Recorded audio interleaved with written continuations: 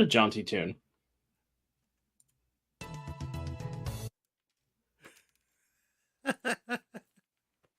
Sorry, Alex, I lost my place there for a moment. It's all good. You ready? I think so. Yeah, let's do it. Hello, everyone, and welcome to this very exciting rendition of our Mutants Masterminds Patreon actual play, where we will be heading into the Titan City universe for a little scenario I call the Dragon of Parkhurst Manor. Thank you for joining us. My name is Alex, and I will be your humble game master this evening. Tonight, we are playing Mutants Masterminds, the world's greatest superhero RPG. It is a D20 system that has a very simple central mechanic that allows for narrative and cinematic superhero action, just like that ripped from your favorite comics and movies. That mechanic is a D20 plus an ability modifier versus a difficulty check, and a lot of fun improv and narration from our players. It also has my favorite game mechanic ever, which is the hero point. Hero points are used to give your character a little extra oomph in a sticky situation.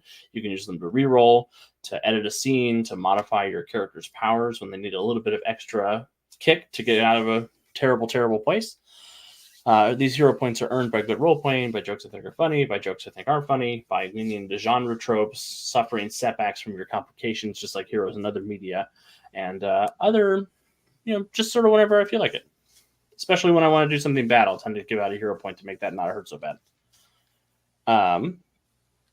Today, I have a wonderful cast of players picked from our Mutants Masterminds Patreon. So if you are a member of the Patreon, you could be here with us next time. Well, not with me. Steve will be the next one. But I want to give everybody a chance to introduce themselves, talk a little bit about the character they'll be playing, and then we'll go ahead and get started. So I'll start with RC. Hi, RC here. I'm going to be playing Stephen Westlake, who is, just pulled up here, the seventh son of a seventh son and subject to a dark prophecy. Love that for him. And Nate, underneath RC. And we'll go in clockwise order.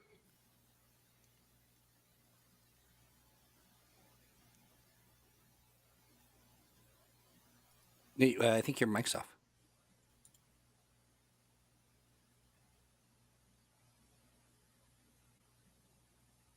And there, how about that? There we go. Is it better? Yeah, Morgan Lyons. I'm a living dead girl, and I'm fairly new to the academy, but happy to be here. So, thank you. Awesome. Yes, I'm next. Hi, my name is Ellie. I will be playing as Sylvia Stone, who is a, I guess one could say, ill-begotten child of a crossroads demon. So, totally normal.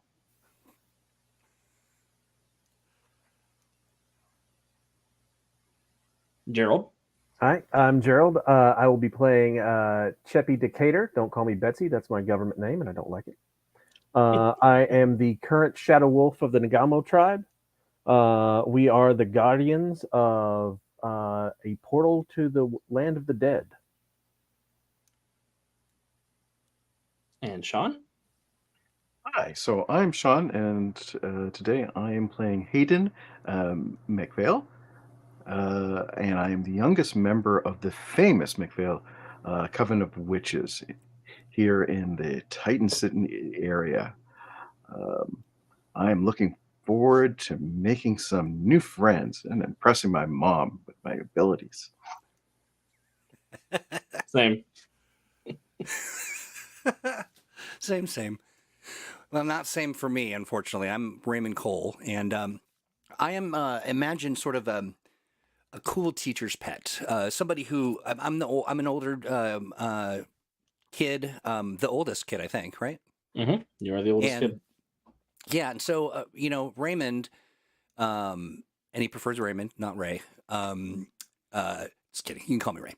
But he tutors the kids that go to the school. He's also the right hand man of Ms. Thorne, right?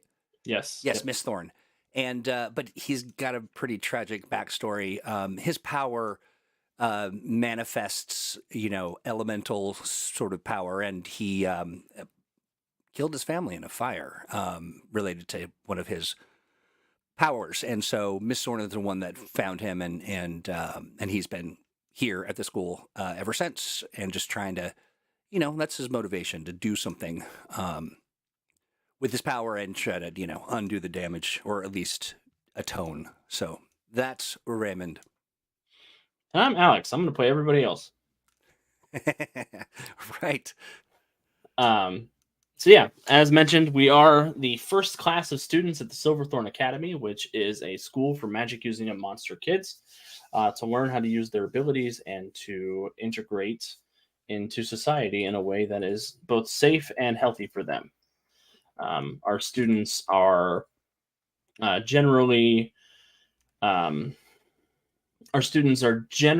progressive kids who have been mostly abandoned by their families as a result of their situation. Some of them have relationships with their parents, but they're not all great. Except for Franklin, who's not here. But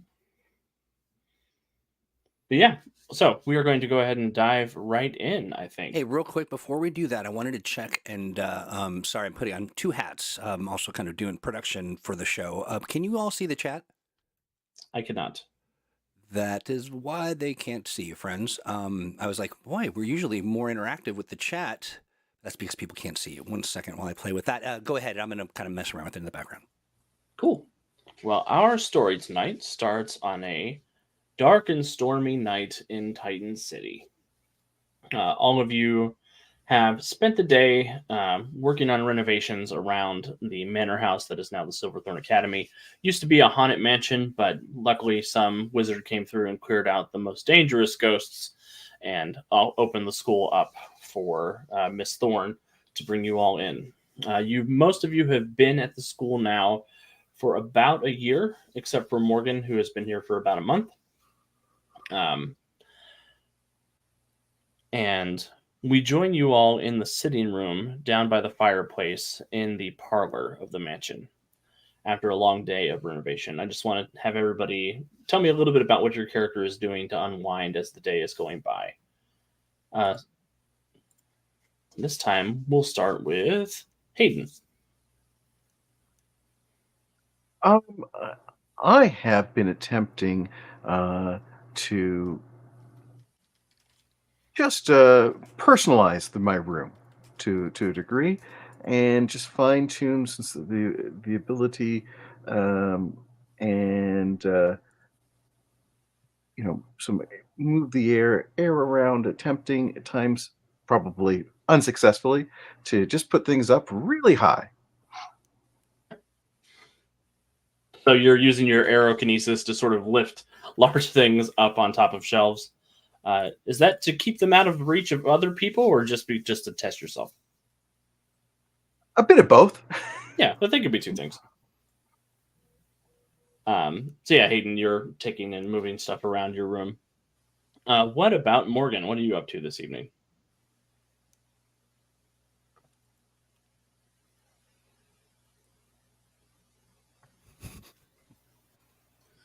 Basically, I've been helping Virginia, who's the ghost that handles all the maid duties, and I've been helping by bringing refreshments and treats to all the other people that have been doing renovations throughout the mansion, and just kind of, helping clean up a little bit for the odds and ends stuff. I really don't have any other needs because I don't sleep and I don't eat. So I just thought I'd, be there to support the team. So nice. So yeah, Virginia is a colonial ghost. She's been at the house longer than any of you, since about the 1700s. She's been here. She is a poltergeist that's dressed in colonial attire. Very chipper for being a dead person. And Morgan, what sort of treats are you bringing around to everybody?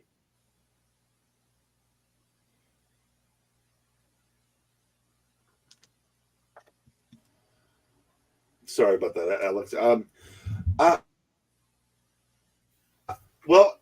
it's a stormy night, so I figured hot cocoa would be in order for everyone. I have little finger sandwiches that I make with cucumbers and some homemade marmalade, kind of like it's a savory type blend. And I really like to work with my culinary expertise because, and I have a large library now, and I found this recipe book, and I just thought that these would be really good sandwiches for everybody to like try to do. And plus, hot cocoa is my favorite, especially because it just brings that warmth to your body. Perfect. Morgan, you were having this conversation with Stephen. You have brought the sandwiches to Stephen. And I think I've been brooding and reading, probably jumping, like just diving in, nose in a book all night, just studying magic. And Morgan comes up and says all this to me, and I'm just like, thank you. Not sure exactly, like wanting to end the conversation, not exactly looking to be rude, but not looking to engage further. So like, how do I get my sandwiches and get back to my book here, but also be somewhat polite? It's a balancing act. Mm-hmm. I assume it's one that Morgan has not picked up on. What you reading? Alex, what kind of books would the library? What kind of books would the library of this school have? Oh, tons of books about the history of magic, monster physiology, history, civics, a lot of things, a lot of humanities. A couple of books on prophecy. Yeah, I definitely want to be. I'm studying up on prophecy, and I'm trying to find out how common is it to avoid said prophecy. It's almost impossible. Oh, I don't love reading that. I'm going to read some more to try to find other things that say differently. Perfect. Sylvia, what are you up to this evening? Well, that's awesome. You'll have to live it. Sorry. I think she's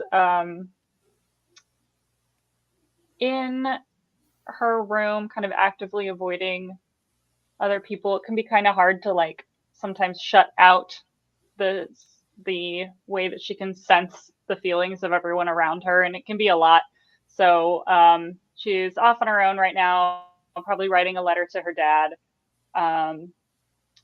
trying to sort of express to him, like, this is great for me. I'm learning so much. I'm making friends, and I'm getting a lot of control over my powers, and I think like it's going to be super helpful. That's perfect. Off on her own. She does smell the cocoa, and it's tempting, but she's gonna stay on her own for a little bit more. Finish up the letter. How Galinda is this letter? Huh?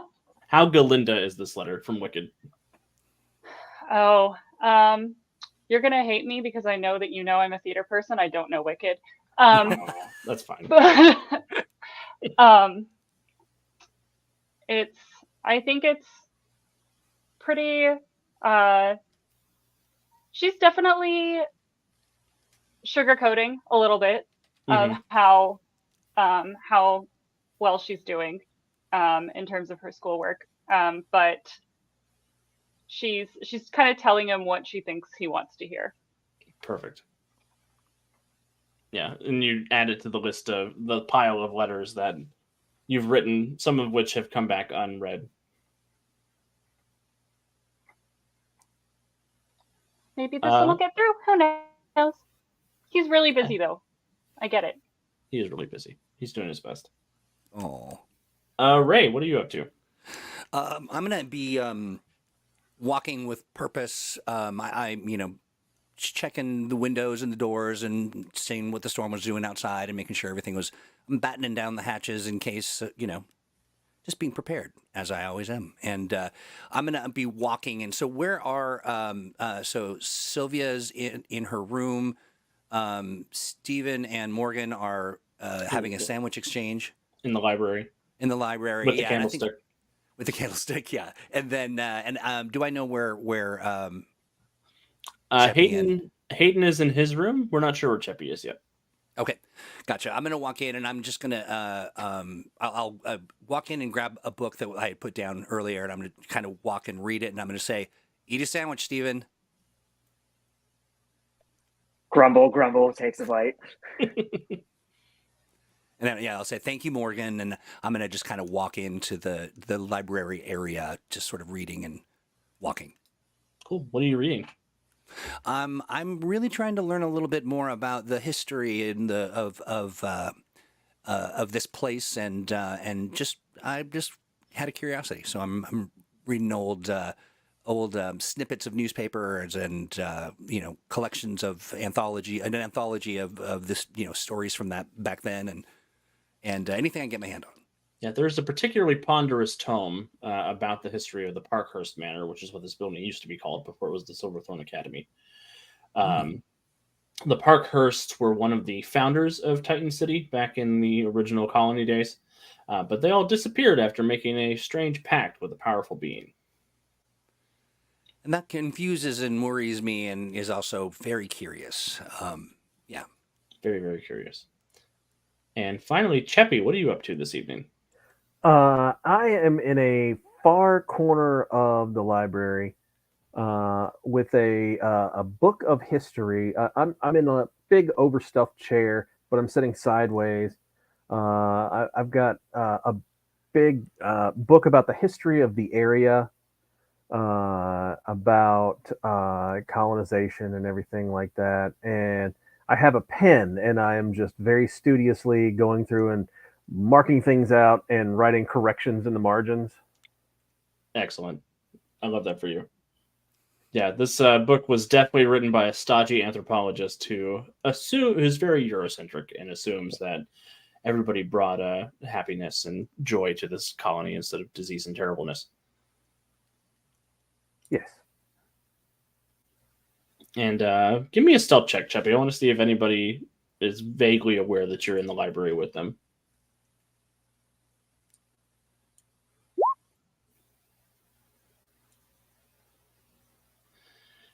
Yeah, with the 26, you were in the library by yourself, but as far as everybody else knows, you were not in the library.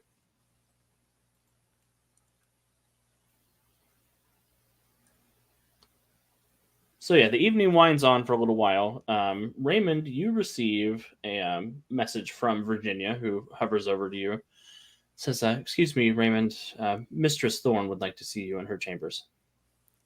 Right away. And so how is she? Is she just hovering? Is she like a... Yeah, she's just a free-floating ghost. Yeah, Yep. Cool. Awesome. So is she coming with me? Are we walking?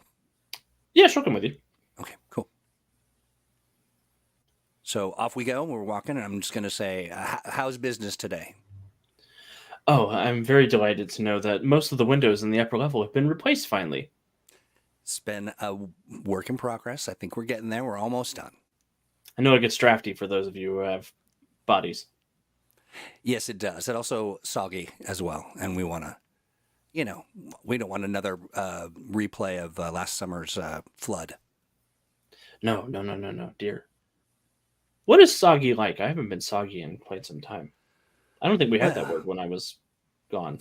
That's a good question. It's sort of like, think goopy meat sort of once was crunchy. Sort of like you can see that it had some, it's just soggy. You're just sort of damp. She is very much trying to puzzle that over in her ghostly brain. Trying to, thinking about how to explain soggy to somebody. I was like, what? Is it cereal? Is it?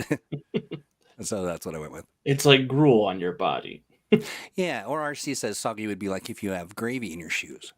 No. You'd be so lucky. I wasn't good enough for gravy in my shoes this year. Awesome. So are we making is this a far walk, or is it like to an office? It's not a super far walk. You're all in the same building at this point. There are some outlying buildings that will one day be dormitories and the like. But for now, all of you live in the house because there's enough rooms for everybody to have their own space. Nice. You make your way to Isabella's office, which is a very well-appointed chamber in the west wing of the manor. There's a lot of rich, almost incense smell as you come into the room. Everything is covered in these sort of violet and indigo rugs and carpets. There are thick, heavy curtains on the walls. Very low gas light in here.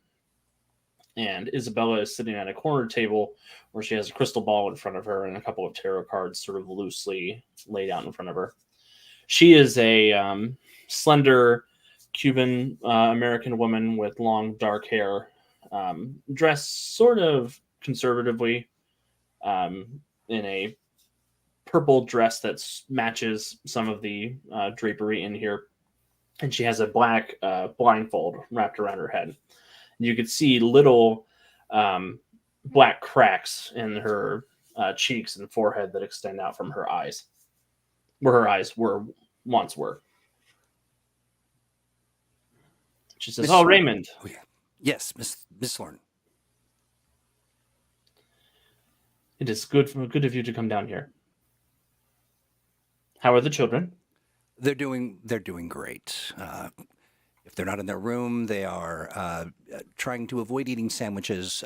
It's all things being equal. It's a pretty mellow night. Excellent. I have summoned you here because I have to go into town in the morning for business, and I need you to keep an eye on things while I am gone. Okay. How long will you be gone? I'll be gone for a couple of days. All right. Anything I should know about or be prepared for, or? Tomorrow you will be in charge of instructing the magic lesson. Yes, ma'am. So prepare a testing facility for your peers. Absolutely, will do. And make sure everyone eats in the morning. Yes, ma'am, I will. It's going to be a big day. Okay. Yeah, absolutely, yes. And, anything else? No, that should be everything. All right. Thank you, ma'am. If you do need me for anything, I will be reachable on the Club Tartarus line, but Mr. Powers has need of my services. Okay, good to know. Hopefully we won't be able to. Hopefully we won't be able to use it. Hopefully we won't need to use it. But all right, thank you. She sort of flips over a tarot card and says, "I don't think you will be calling me tomorrow." Oh yes, ma'am. Okay. And I like want to ask her what that means, but I also don't want to pry. I have much respect for her, and of course a deep love and affection, and also I'm just ensorcelled by her ways and want to always pay deference. But I'm deeply curious as to what she was talking about. Yeah, but you know she has this fortune teller thing all the time, and yeah. Sometimes you can pry answers out of her. Sometimes she just enjoys being cryptic. Yeah. Sometimes she's just messing with you. Right, yeah. And my vibe is she might be messing with me just a little bit, but so I'm just kind of nod and smile and make my leave. Awesome. Well, the evening passes well enough. The morning comes and the rain has stopped. The grounds are still a little soggy and wet, but Isabella will gather all of you into the front room. You see she has Franklin with her, one of your other students. He's going to be driving her into town. He says, I hope you guys don't get into anything fun while I'm gone. I've got to drive and sit in the car for a little while until she's done with Mr. Powers or whatever. And she says, Franklin, stand up, don't pout. I believe that everyone here is going to be undergoing something that will be very good for all of you. Stephen, behave yourself. Oh, I'm sure Raymond Mr. Cole has a very, stringent schedule plan for us. You can say that again. Bye, Mom. Bye, Frankie. Goodbye, Morgan. You be good now. Yes, ma'am. All right. Have we all eaten? Has everybody had breakfast? I had brains. Everybody else? Steven probably had some toast. Toast. You had toast. Just some toast? No. I'm not gonna tell Raymond that. He's a stick in the mud, clearly. And he's going to I'm pass. not I'm just even gonna- out saying goodbye. If you were to come back inside, Sylvia has completely raided the pantry and is absolutely making the most absurdly massive breakfast for herself. Nice. Nice. For Okay. herself. Good for her. All right. Yeah. So I'm walking back in and I'm like, all right. So Sylvia's got the idea. Everyone else, make sure you grab a bite to eat and then let's get to class. I thought teachers gone parties on. Is that not? I'm your teacher today. Is that not the? No. I But don't think so. But that's cute. I've been assigned to run today's class, so let's get a bite to eat, and then it looks like it's going to take you another whole day to clean the kitchen. And so if someone wants to give a hand, and I'm just going to start kind of doing things around the kitchen. Virginia's like, Getting well, food I've got this. And look at me, I'm the teacher now. Steven's And, thinking about like I could jinx him. I could just jinx him, but that could backfire on me somehow. Raymond, that's what probably book would when we need for our class? I need to know what book. Why don't we do this? Why don't we wait until we get to class, and then we'll have class. But for now, we're going to. I'm glad that you've had your daily sustenance. I just Did want to she be eat ready. brain? No, They're she- all it was free. a- They're it all was- free range, cruelty free brains. I gotcha. Good. It was. She Farm to doesn't table. eat. Yeah, non-GMO. Not GMO. I love it. Excellent. Fair trade. Yeah. Delicious. Fair. I was I feeling assume a it's little gluten free. sheepish. I don't know. Is there gluten in brains? I don't know. I That don't know. feels like Mine something I feels- don't want. I don't want that on my Google search history. Mine feels regularly gluteny. Yeah, and what's Cheppy and Hayden doing? Are they with me? Are they hanging out with us? I had probably grabbed something a little earlier, ready for the start of my day. Just like, oh, let's get. Oh, Good. All right. You're enthusiastic. yep. Yeah, Chippy is walking around with like a handful of berries and just absently like looking in a cabinet and eating a berry and Nice. She's a grazer. Yeah. She just kind of wanders around and eats whatever is available. So, do we have? Is there a lot of time, or are we on our own time, or You're on your is own like- time. All right. So I'm just going to encourage people to all right, finish up your breakfast. It's time to hit the books. And are we going out to a place, or is there a classroom? She said that you were in charge of the magic lesson, so this is going to be down at the range near the cliffs. That's what I thought. Yeah.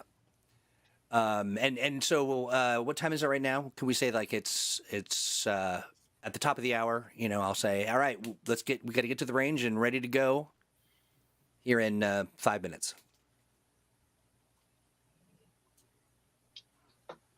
Sylvia, Virginia will hover over to you and say, Mhm. Can I clean this up for you, ma'am? Oh, Jenny, you're a lifesaver. All the time. Appreciate it. She winces a little when you say life. Oh. I'm like, oh, I mean, you know what I mean? It's a turn of phrase. I know. It's okay. You're doing great, girl. And then I'm just like, leave. And she'll raise her hands, and the dishes will start floating up around the room, and they'll start washing themselves Fantasia style as she's poltergeisting them around the kitchen. And as I like step out the door, but then I look back in to like watch it all float around. I'm just like, damn, that's cool. And then I head out. How far is our trip like away? How far are we going? Or do we know You're yet? going from the manor house out to the cliffs that overlook the Atlantic Ocean. So it's a few thousand yards from the house. Okay. Yeah, I'm gonna say, not knowing exactly what on the docket for the day, Steven grabs a couple books, and probably grabs a belt and just ties them around the books. As like a carrying method.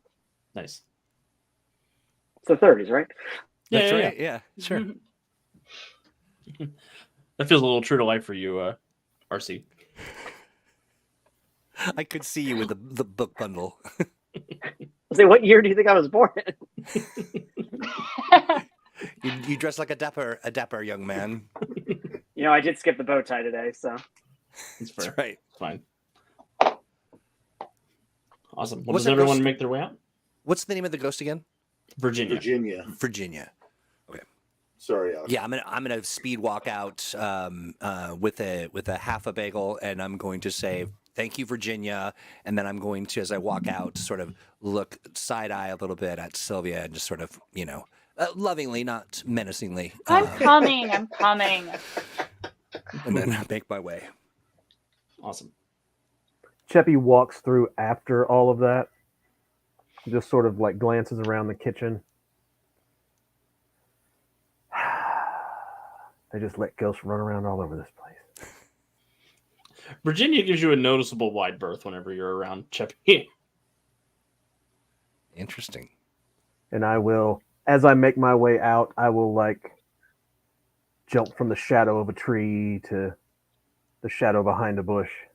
Nice. Teleporting your way out to the range. So I can get in front of them so they won't know that I was behind them and late. If possible, there's also one other thing I want to grab on my way out. Sure. Want to get a jug, and just because again, I don't know exactly how close the water and whatnot will be. I want to bring a jug of clean water.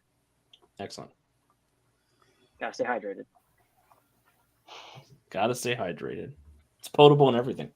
So I'll come bursting back through the kitchen. It's like, Virginia, I'm so sorry to leave you with this mess, but I've got to go to class, and I'll be back for lunch, and I love you. And he blow kisses, and I jump out the side door, and I turn myself into a wheel, and I just kind of like roll myself down the hill towards the cliff.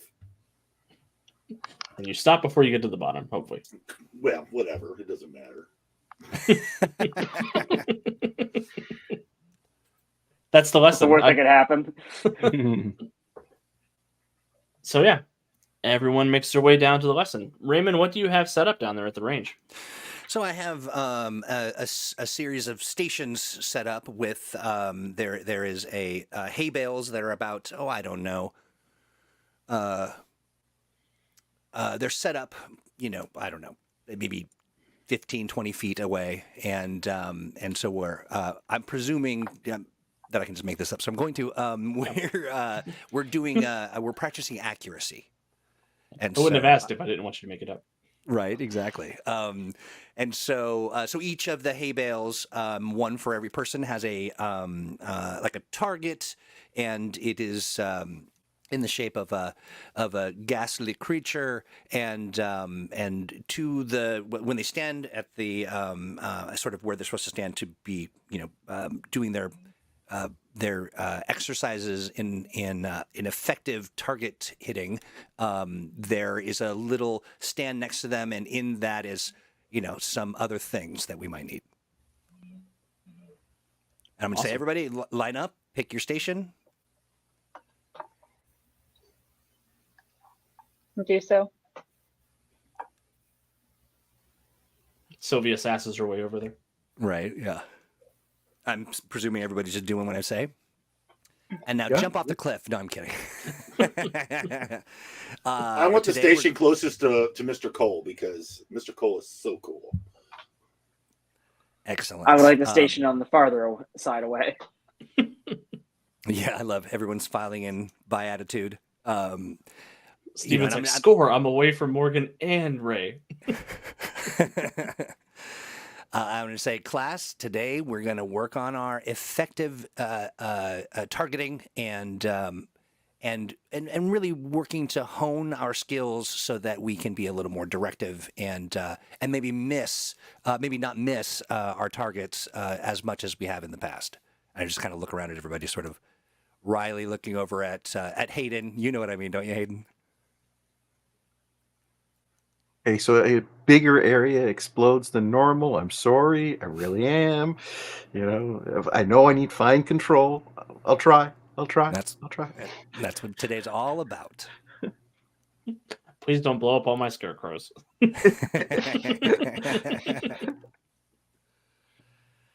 And so I'm just going to start talking to individual students and just sort of saying, working on technique, and I'm presuming that each of us has some kind of a power to focus on that is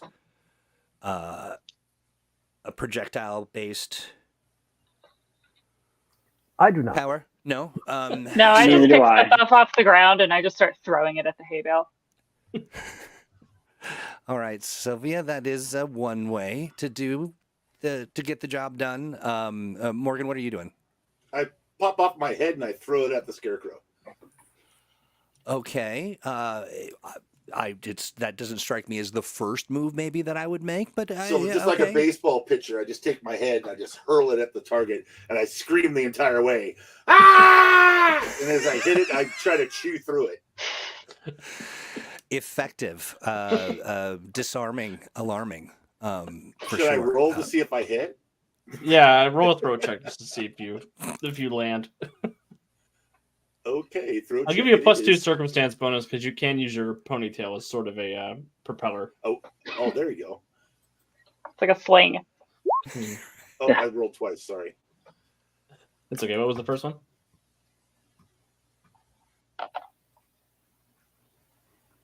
It looks like a 22. So yeah, Morgan, you easily hit the scarecrow at the end of the hay bale with your Nice. with your head. And so I sit there and gnaw on it like a zombie would, basically, and make it look really grotesque. And I'm gonna go. Go ahead. Sorry. I was gonna ask, how hard is it for your body to having to third person perspective guide your body back to yourself? Well, it's much easier. It's much easier if I'm looking at myself, but I kind of have an awareness.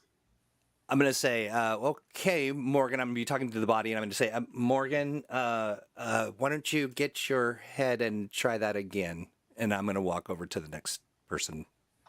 Nice. Whoever's next to Morgan. So we know it's Ray, Morgan. Who's after Morgan?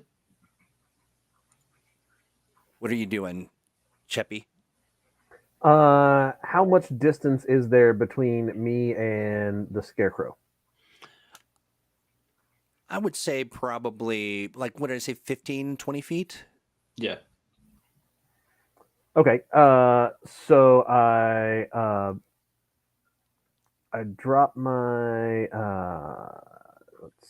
my obscuring shadows. Make a 30-foot area of shadows. I shadow stride over to it and I rip it apart. Excellent. Impressive. Cheppy, that was remarkable. Morgan, every time Cheppy uses her shadow wolf powers, you hear a wolf howl in the distance and it makes your whole body tense up.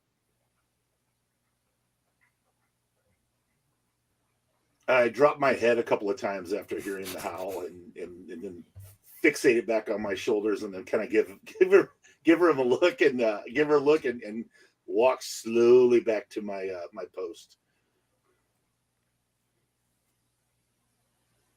Awesome. And then is it Hayden? Yeah. Okay. So what I'm going to do is strike a match, so I have some fire, and then I'm going to use the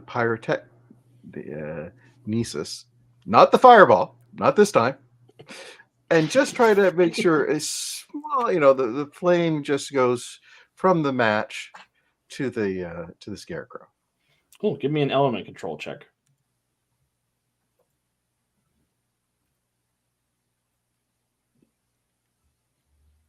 I'm also going to give everybody 1 extra hero point for role playing this evening so far. Nice.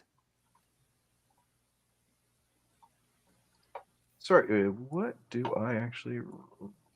There should be you should have an element control ranged attack skill in the bottom right of the character sheet. Or if you click on the pyrokinesis button, it'll do that too. Oh, spellcasting, that's what it is. Sorry.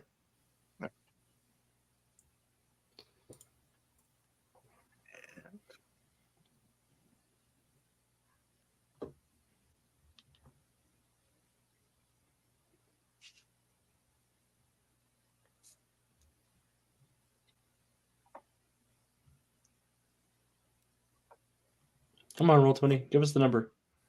Come on.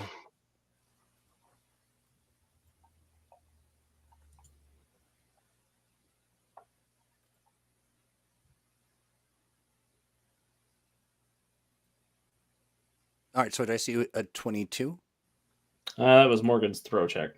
Oh, gotcha. Let me, Yeah, if you click on the green number next to spell casting, that should make it come through. that's what I did. Hmm. Why is nothing coming through?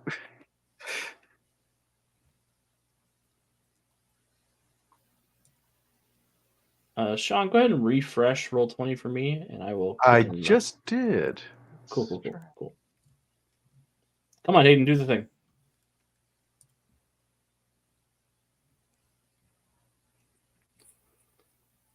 Let me just try rolling something else for a second. See if that works. Why doesn't the... Wonder if it's just something wrong with the button. Could be. Why did it give you a -20 to that roll, though? That's a. I don't get it. Yeah, that. There's probably something in the critical range. Oh, yep. It's got an improved critical on it. Let me go fix that. Grumble. Sean, can you type in /roll1d20 plus 6 for me, please? While I go fix your power, I'm sorry. I thought I grabbed all of those. So that is a 13. 13. You very adequately hit just the scarecrow and don't burn the whole range down. What does it look like? It just looks like this small, the flame from the match just sort of increases and elongates itself till it just hits and covers the target completely. Perfect. And the scarecrow burns to embers. I'm going to excitedly just say, Hayden, that's what I'm talking about. I'll be like, high five. I have to admit, I was a little nervous walking back while he was doing that. Yeah, range safety hasn't been invented yet. I was gonna say it's like being down. It's like being down the range when someone's like, doing golf balls or shooting a bow and arrow. And then I'm going to walk over to Stephen. I assume Sylvia, because Stephen wanted to be as far away from you as possible. Oh, got you. Sylvia, then Stephen? He's the very last. Okay, gotcha. Yep. Sylvia is second most far away from you as possible. All right, Sylvia, what you got for me? I guess I could, hey, Morgan, gonna lend me your head?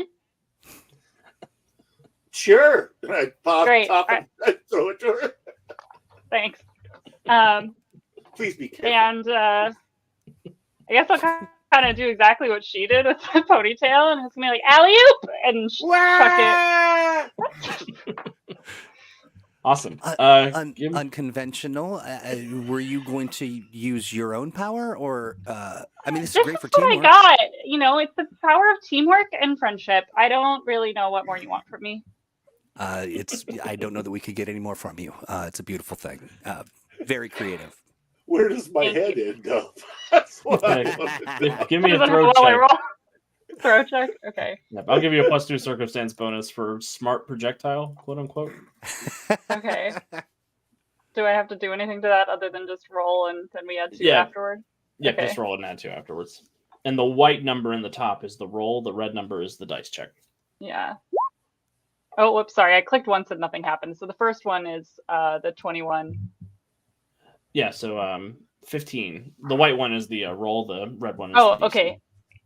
I see. Okay. But 15 is a great roll. You land right on target with Morgan's head. What happens, Sylvia? So we're throwing at you said they're scarecrows, right? Yep. Yeah. All right. I'm gonna sort of like arc it, so it's gonna be a nice little arcing toss, and it's gonna smash the head of the pumpkin. It's just gonna be Morgan's head on top now. Nice. I love that. That's awesome. Very nice. Morgan, I'm you're gonna now give a little air curtsy. No, I'm like a scarecrow. And those like, wow, it was a good shot. And I'll like walk over to Morgan and try and like high five her, but she has to like time it based on where her head is over there. Eh, Yeah, you gotta aim for the elbow is what I found. Yeah. Frowns and Billy Corgan. Killing it. killing it. Absolutely killing it. So does she want to come get my head, or do I need to go? Yeah, get I'll my head? go get your head, and so then I'll go and get it, and I'll bring it back to her. Oh, thank you so much. That was a great throw. Thanks. We should definitely do that more often. Oh yeah, definitely. Probably important context about Morgan's limbs. They are able to come back on their own if they need to. Like her neck stump grows legs and walks back over to her body if she needs it to. Oh, will her head I like just the roll idea to that her she hasn't told us that, and she's just made us go get her stuff for her. for attention because she just wants to hang out with people longer. Well, Yeah, I didn't want to have to go in the way of Steven doing something now. I mean, come on. Arrow Fiend, 15 was the total because there was a +2 circumstance bonus for Morgan's head being in a living projectile and having some body control. Mm-hmm. A willingness to want to land on it properly. Mm-hmm. All right, Ray, your favorite student. Hello, Steven. How are you doing? What have you got for me today? Well, I've got an idea, Raymond. I know that you brought me to a range when I have no real ranged ability, so this will be interesting. Very smart teaching method, I'm sure. I want to basically do a combination. I want to try to use my Jinx power to destabilize the Scarecrow, and then take a rock and try to just like knock the whole thing down with one, like just a small rock. Perfect. So roll for Jinx. Feel pretty good about it. Well, Jinx is perception based, so that's okay. Oh, I thought it was a Mobby. Yep. You don't have to roll. You just look at it and it happens. It's resisted by will, right? Let me double check. Quicker to get it on this character sheet down here. Resisted by will, yes. Cool. With a DC 16. That's a willful Scarecrow. So scarecrows are naturally immune to will effects, but this is a will effect that causes things to fall apart due to bad luck. So I'm going to roll a power check for the scarecrow versus the 16. The scarecrow is unharmed by your antics, Stephen. Well, I don't necessarily know that, so I'm still going to try to throw the rock anyway. Cool.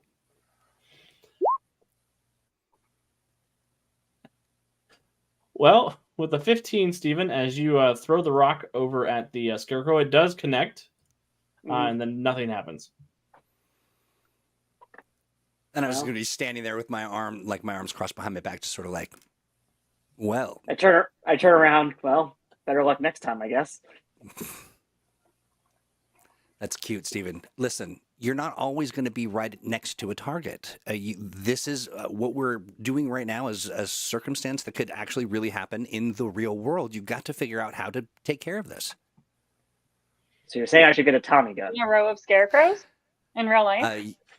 Well, I mean, if not Terrifying. scarecrows, something else. It wouldn't be the weirdest thing we saw. Fair enough. Stephen wants a Tommy gun. Yeah, right. It just listen. I nothing magic didn't give me ranged powers. I've been studying a whole lot of it. I haven't found any additional way to get more. So I'm starting to think if I want ranged abilities, I got to take it into my own hands. True. Enchanted Tommy gun. Ooh. Enchanted Tommy gun, sure. Sure. Well, we'll put an order in for an enchanted Tommy gun. But in this circumstance or in this scenario, what would you do to be effective if this were the situation that unfolded for the team? The answer that comes to mind in my head is, well, get behind something and use my range sight to find out where the thing is, so I can stay out of its line of sight. That's not a bad first instinct. Did you actually say that to me, or are you just thinking that? I'm trying to decide. That seems like a cowardly answer, but it also seems like the right answer for someone who is. My whole thing is basically to know where things are, detect things, and make them unlucky. So like, Yeah. I'm not frontline combat. And if we've gotten to the point where I am frontline combat in a fight, then things have gone drastically wrong.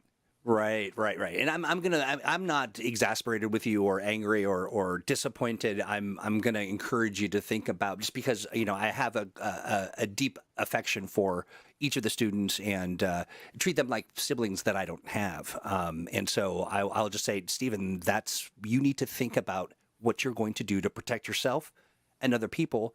How will your power manifest in circumstances like this? If it means getting out of the line of fire, getting out of the line of sight so you're protected, then that's what it means.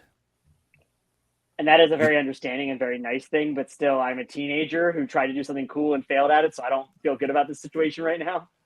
Listen, next time. Like, I don't say that out loud. That's all yeah, of course, Steven's internal yeah. monologue. I'm just going to say, and I can see you're disappointed. And Steven's sort of face is not on embarrassed. mute, though. You can definitely tell That's from right. Steven. That's right. So I can definitely read your face, and I'm going to say, listen, next time, just grab Morgan's head and throw it. I'm going to turn around and laugh a little bit and walk back to my. It worked for 2 out of 6. So Hey, at least I'm trending. Let's everybody throw Morgan's head. Teamwork. we should all try to figure out how good we are at throwing Morgan's head, so we know who to give the head to in the worst case scenario. That's a really good point. I can also just give them each a body part. So. Very generous of you, Morgan. That's true. I'm presuming we're just talking about this. Yeah. I don't like using my teammate as an improvised weapon. Why not? It's Why effective. Fastball special variant. So while they're kind of joking and yucking it up and resetting or whatever, I'm going to walk to where my, station is, and I'm going to cast. I'm going to summon an elemental at my scarecrow.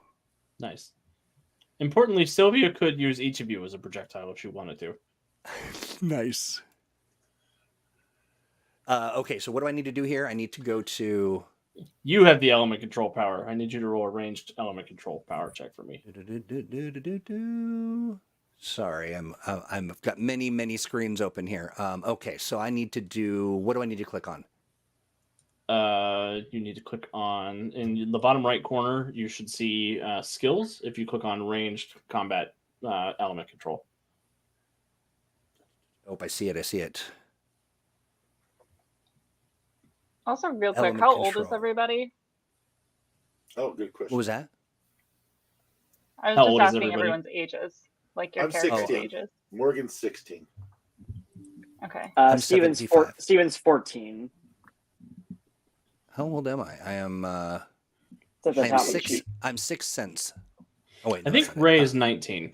19, yeah. 19. Awesome. Hayden's Cheppy is 16. That's right. I am 19. Yeah. Hayden's 16 and Cheppy's 16. All right, and Sylvia's 17. All right. So Here. you're here's going my into roll. your senior year. Yeah, I'm 14 going on 40 with my demeanor. I'll be An forever extremely 16. dedicated student. Did that roll through? I can't. It did not come through on my end. Let me try it again. Why is he rolling for your end again? God, he's going to stay away from that. Nothing. Mm-mm. Am I clicking on the right thing? I'm clicking on the. I want to click on the number, right? Yeah, you want to click on the number? Yeah. Let's one coach at a time. I think is going to be sufficient. Yeah. Sorry. Done it a few. No, you're fine. You're fine. Yeah, it's not working for me either. That's weird. If you click on attacking element in your attack section, that rolls through. It's up underneath attacks in the near the top of the character sheet. I see that, and I'm going attacking elemental. Or Yep. Elemental control. Yep. Well, Ray, that's embarrassing. I didn't do very well. That was a natural 1 for a 7. So, Ray, what happens if you don't quite succeed at the task that you made everybody else do? I'm trying to think of what my flavor of elemental is. I have a feeling I would either embrace fire more, so I can control it, or never use it again. But no, I know I'm deathly afraid of fire. So Yes, you are very afraid of fire. So I'm going to probably, want to do water, and I can't believe I roll a 1. I'm going to summon the elemental, and then I'm going to be sort of distracted by the conversation, and I'm not going to pay attention, and I'm going to accidentally just swing the elemental around and get everyone else soaked on accident. So I'm going to go, what? And it'll just shower them all, because I don't want to hit them, but I kind of try to pull back, and then it just ends up just everyone's soaked. Oh, sorry. My poor books. Oof. Oh, you are all. Maybe you should try soggy. Morgan's head. I think maybe I should. This is embarrassing, and you're all soaking wet. I maybe think we we should- should really take this as a sign. I think we should all just have the day off.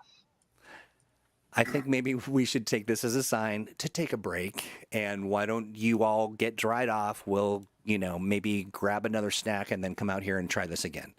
How much time transpired between, all of this? That's probably been an hour or so, I would say. I would like everybody to give me a perception check.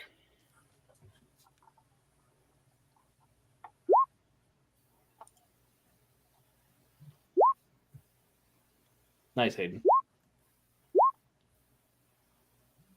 Interesting. Nice. I got the skill rolls to work by taking off reduced animations checkpoint, if that might have caused it. I got that. Mine skills, other buttons work, but that one just didn't work. And I didn't do anything to change it, so. Weird.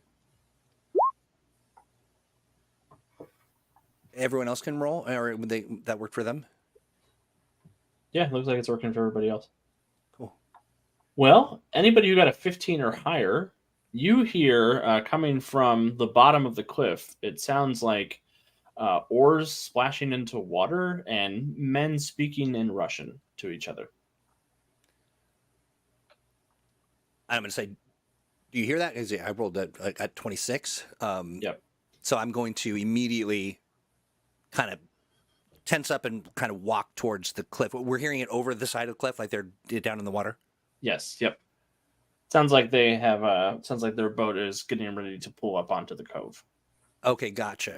So, go ahead. What year is it again? 1936. Do I have any idea what Russian sounds like?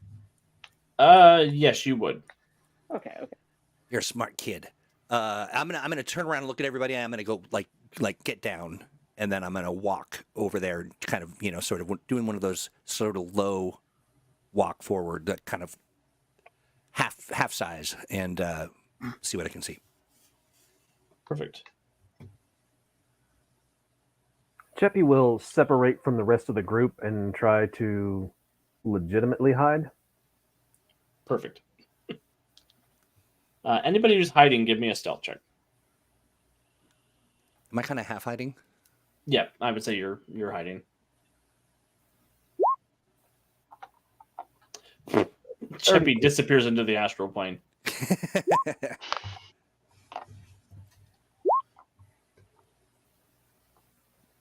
You kids are all good at sneaking out. Mm-hmm. I'm gonna Practice. I'm gonna be sort of coming behind Raymond a little bit, maybe 20 feet behind him, and I'm gonna be trying to even though I try and control and block things out most of the time, I am going to try and sense out and see if I can sense any desires of people that aren't the people in my immediate group. Excellent. So Sylvia, please give me a perception check as you're doing that. Raymond, as you and Sylvia sneak up to the cliff face, I will move us over to a map.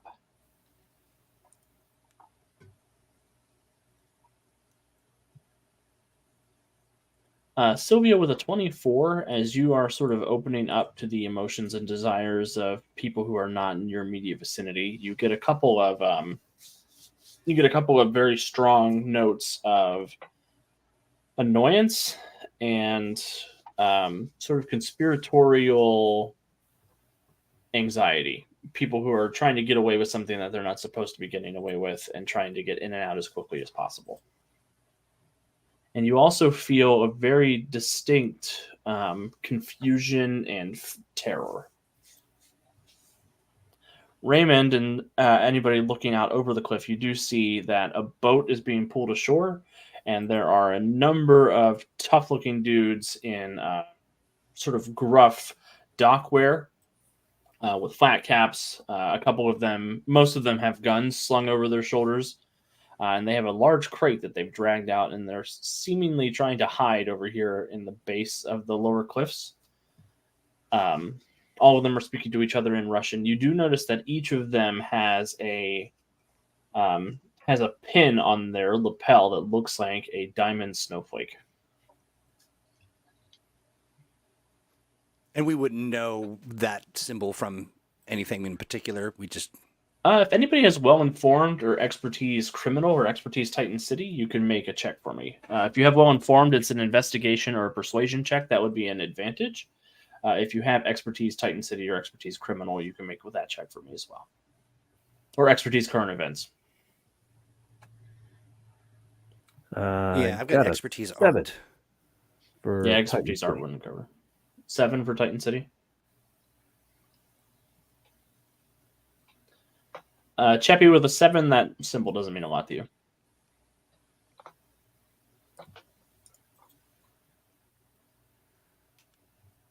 And then can you walk me real quick through the notion of grabbing elemental?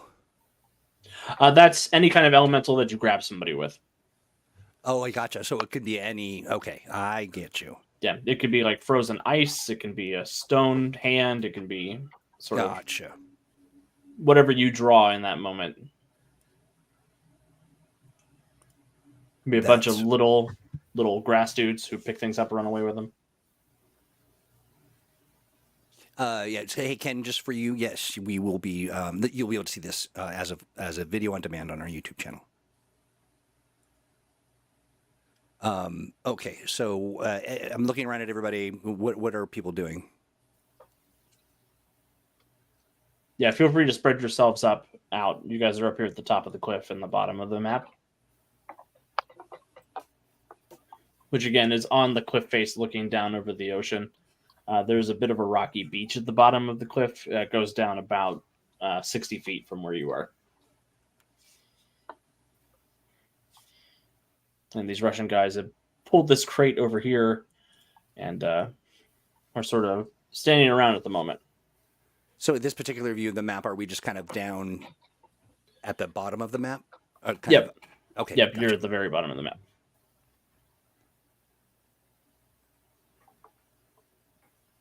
Wherever Raymond ends up, I'm going to be like 20 feet back from him. I'm going to have to reload. I'm just trying to sneak around. Trying to make myself unnoticed given the previous conversation I just had about range and combat. Perfect. Cheppy's going to try to creep up to the edge. Yeah, Cheppy, you got a 32, so you can be wherever you want to be. Yeah, I'm having to reload. My map went entirely dark, and then I could only see corner of it. Oh, shoot. Well, I'm going to grab my book, a part that I forgot.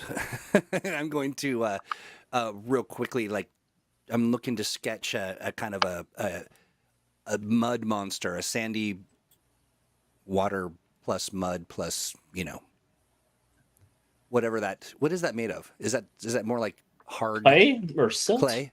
Yeah, something like so. Whatever that is, sort of a clay, gross sediment, a muck. Yeah, exactly, like a gross mucky, a gross mucky squatch of some description. A mucky squatch, yeah, the yuckiest of the squatches. Yeah, and it seems like they have not noticed you all. And so, as I'm doing this, can I pick where it unmucks? Yes. Yep. And then, so I would probably want it to, so the K and the D, and then you've got the, is that a V and a P? Yep. And there's a Y and a V in the boat, and there's an I and an S over here on the east side of the map. I'm gonna Oh, you know what I'm going to do? I want to block them from coming up. So there's that spot. Is that telegraphing? It's not. Oh, there it is. So kind of right here is where I'd want the if you can see it, do it. Right here? There we go. You see that little ring? I do not see the little ring. Well, you see this, right? The mouse. Yeah, right there. I don't know how that happened, but thank you for putting that down. I put that there. Okay. That's where I'm going to try to summon my You're welcome. muck monster. Cool. The muck monster. Yeah. Huggy the muck monster. And I'm rolling. You don't have to roll anything until somebody steps in him, Oh, nice. or if you're like bringing him to life to attack. If you want to do that, that would be. I think we go to initiative for that. I think I just want to sort of keep the stealth for as long So as how we much can can we keep the move stealth. before we?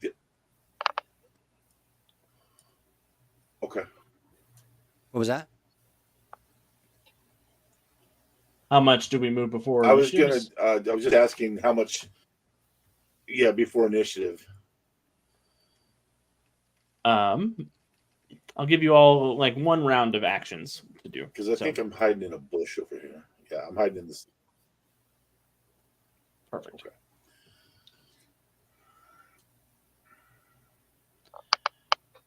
Steven, what bush are you hiding in?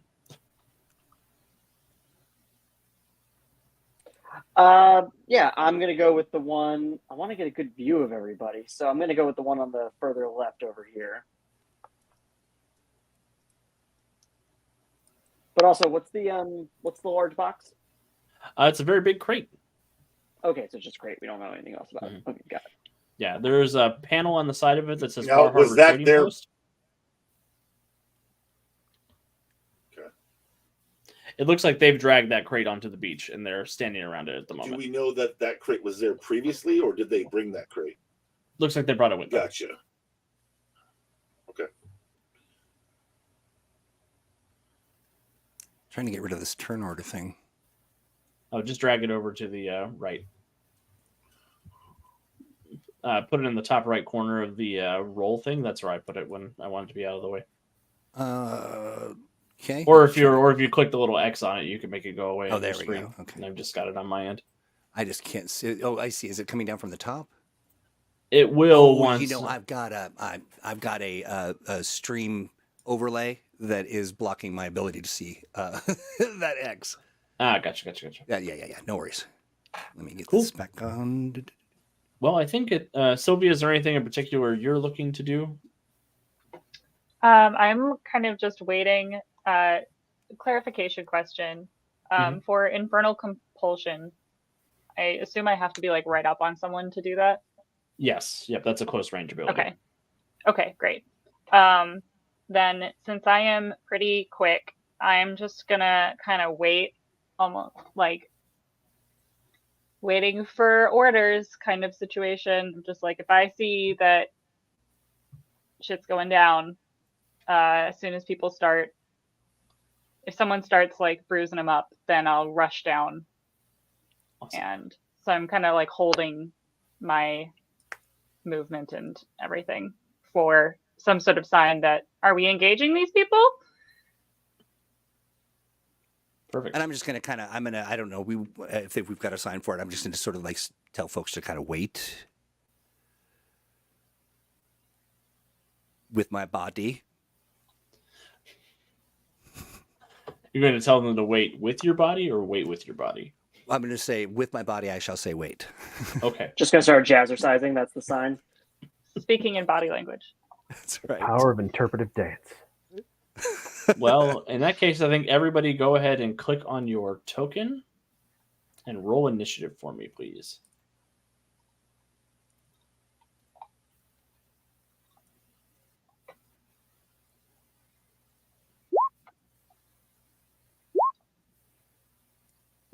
I have not. Sorry, I'm trying to get to my done- window. Initiative is in your attack is in the same bar that Oh. says attacks. I and see. the initiative word itself turns green when you hover over it. I don't know why it doesn't start off green, but Did I roll twice? Oops. Oh my gosh. I only see one, right? So you're good. Okay. Or no, you did roll twice, but Oh. 10 was your first number, so I'll give you 10 for the first number. Eesh. Yeesh.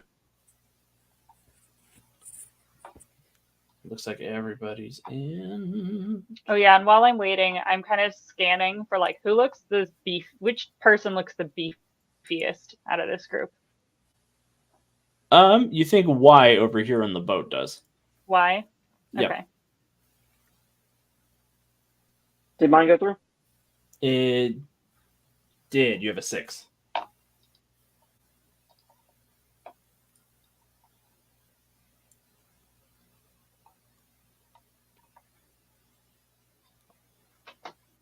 All right. So yeah, you guys do have a surprise round. If there's anything you want, basically the momentum is in your all's table. They don't know you're here. D is going to wander over this way. So they're pretty focused this way. They don't look interested in coming up. Mm-mm. No, that doesn't seem like they've noticed you all. How noticeable is my gloom? If you wanted to make it seem like it was a natural phenomenon, I'd ask for a stealth check or a deception check. Okay. But it would be noticeable to them because the world would get darker and a little scarier. Right. But that could just be because these cliffs are haunted and scary. And right. I'm going to do a stealth check for that. Okay. And Sylvia, you're waiting, I think. 19. 19. I'm just going to roll one check for the group.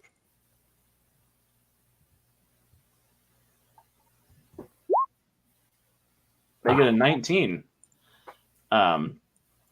So the what does your gloom look like as it starts filling this area with darkness and it kind of looks like an eclipse. In the far distance, there's a wolf howl, and Morgan, the hair on the back of your neck stands up. And most of the guys down here on the beach sort of look at each other and with panicked expressions on their faces as they are, as the gloom is taking over.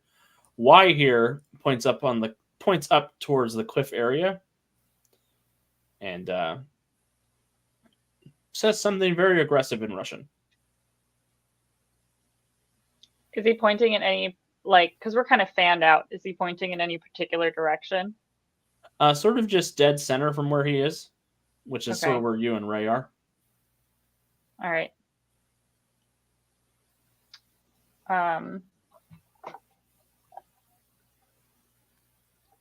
You can give me an insight check, Sylvia, if you think that he's noticed you.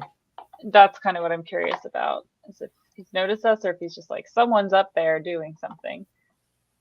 Insight. Sylvia is an expert at body language from our time in the boardroom. It's true.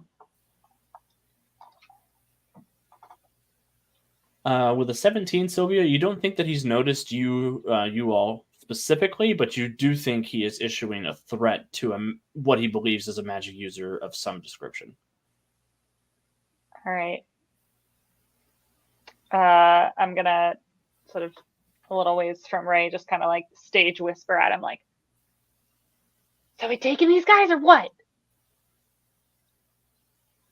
You're muted.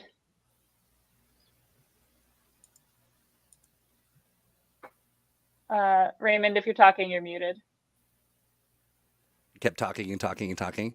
And then I won. I mean, it was horrible that you all missed it. I'm gonna sort of in a stage whisper as well. I'm gonna say, Sylvia, let's see what they do. If they come up the cliff, I want us to have the surprise because I've got, the muck is hanging out down there, ready to jump them. And then Alex, as far as the the elemental, can I just say pop up, or like what do I have to do to sort of get? Yeah, it's a triggered effect, so it will it'll pop up when somebody steps in its general Nice. vicinity. Yeah, and so I'm gonna, Sylvia, that's kind of what I'm waiting for, and I don't want them to see us first. Okay. That's the way I Betsy, communicate. Cheppy, did you want to move, or are you happy hanging out?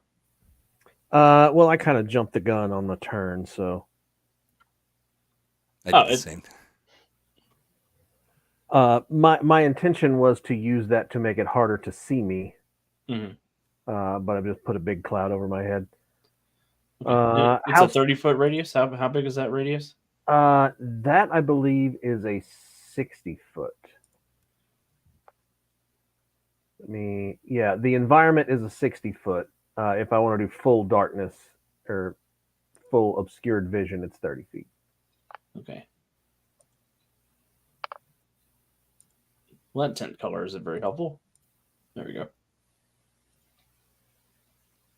Dang. It's pretty effective. And It's a little foggy here. Darkness falls high across the are land. these cliffs? You're about 60 feet up from where the topmost cliff is 60 feet up from the lowermost cliff, and they descend to a 20-foot drop. Okay, so it's a 20-foot drop each section. Yep. Assuming that's how math works. Yeah. I could be wrong. I'm not very good at math. They haven't figured it out yet. They're still working on it. I don't have it. They wouldn't need to study it so much if they were done with it. Right? I'm going to try to move over and see if there is a place I could climb down quickly if I needed to. There can be for a hero point. All right, then.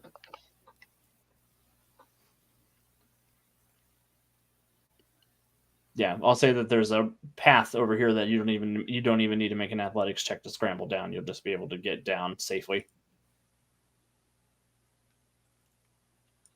Hayden.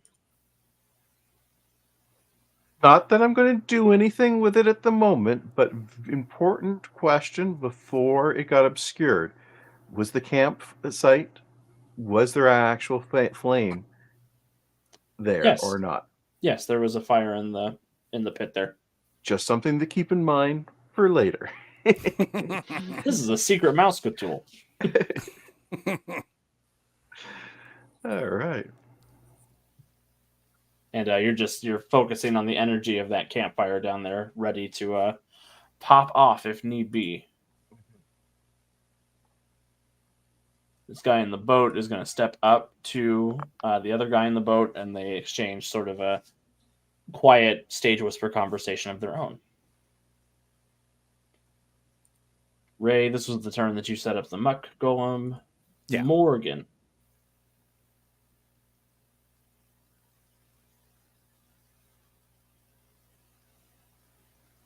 All right, the first thing I'm going to do is I look over at Raymond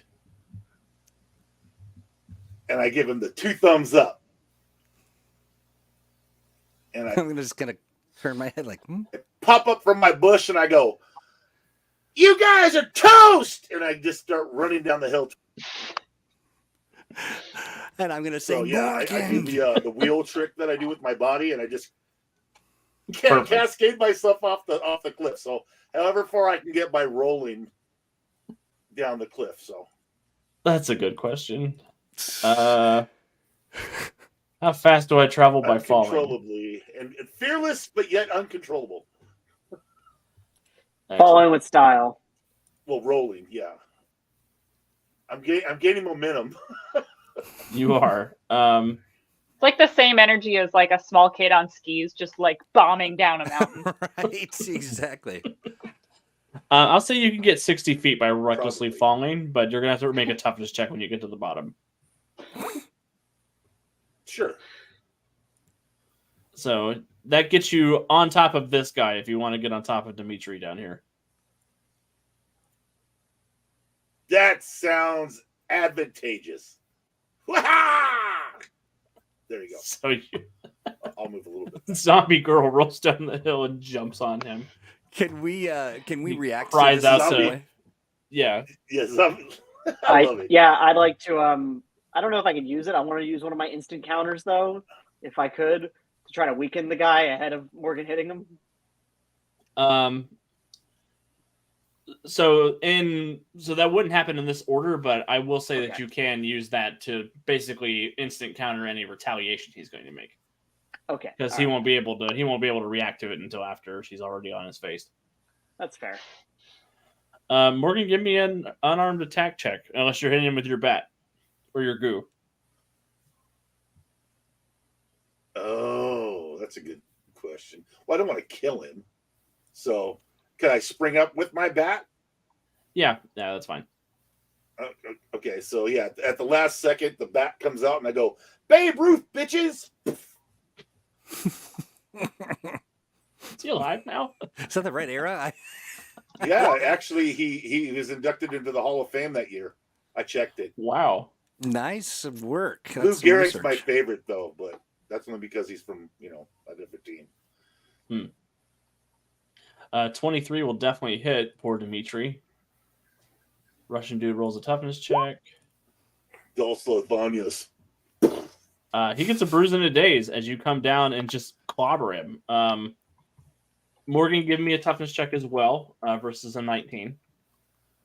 Okay, and toughness For the fall. is right there, and I click that.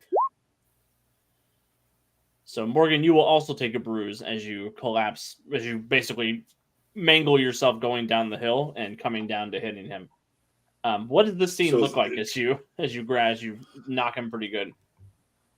All right, so basically, after acknowledging to Raymond that I was going to take charge of this situation because I really wanted to know that I'm a team player, I pop up out of my bush, say what I said, and I roll down, aiming for Dimitri. Obviously, that must be his name now. And just let the cards fly where they may. And, orchestrated the bat because Babe Ruth is a god and wanted to give him a little American flair. That's all. Yeah, you crack him across the face with the bat. His head snaps aside. He drools on the ground. He looks back. Yells in Russian, something. Steven. Perestroika!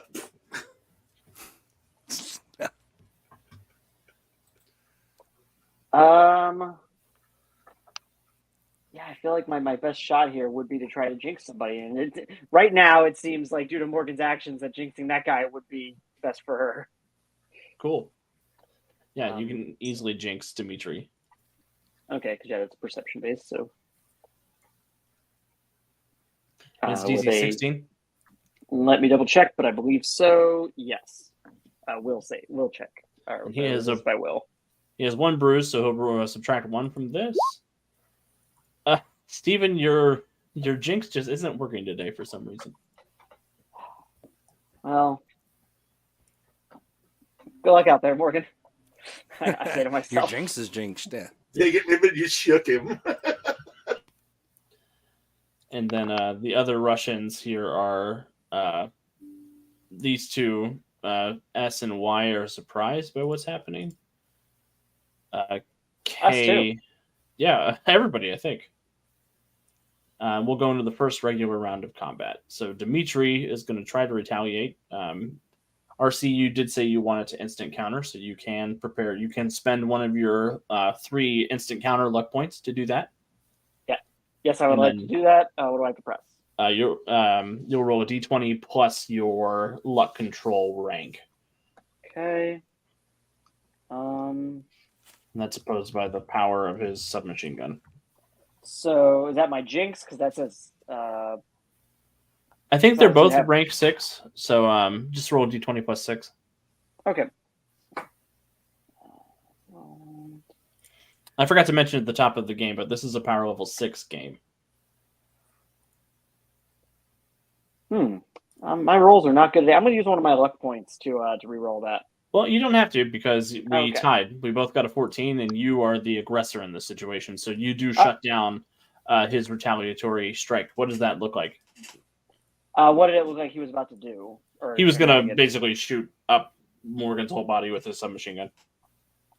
All right, so it doesn't hurt him or anything, but I'll say that basically the gun jams. Like I reach out, a little bit of mystical energy. I see something happen with the gun. You know, I just let the fate do what it does. But the gun jams, and he just kind of has to look at it and starts, pounding at it. You know, because he's like, "This is good Russian-made machinery. Why is this not working?" Damn you, Tokarev, you betrayed me again. So yeah, Dimitri's like, we have zombie girl over here. Ivan, help.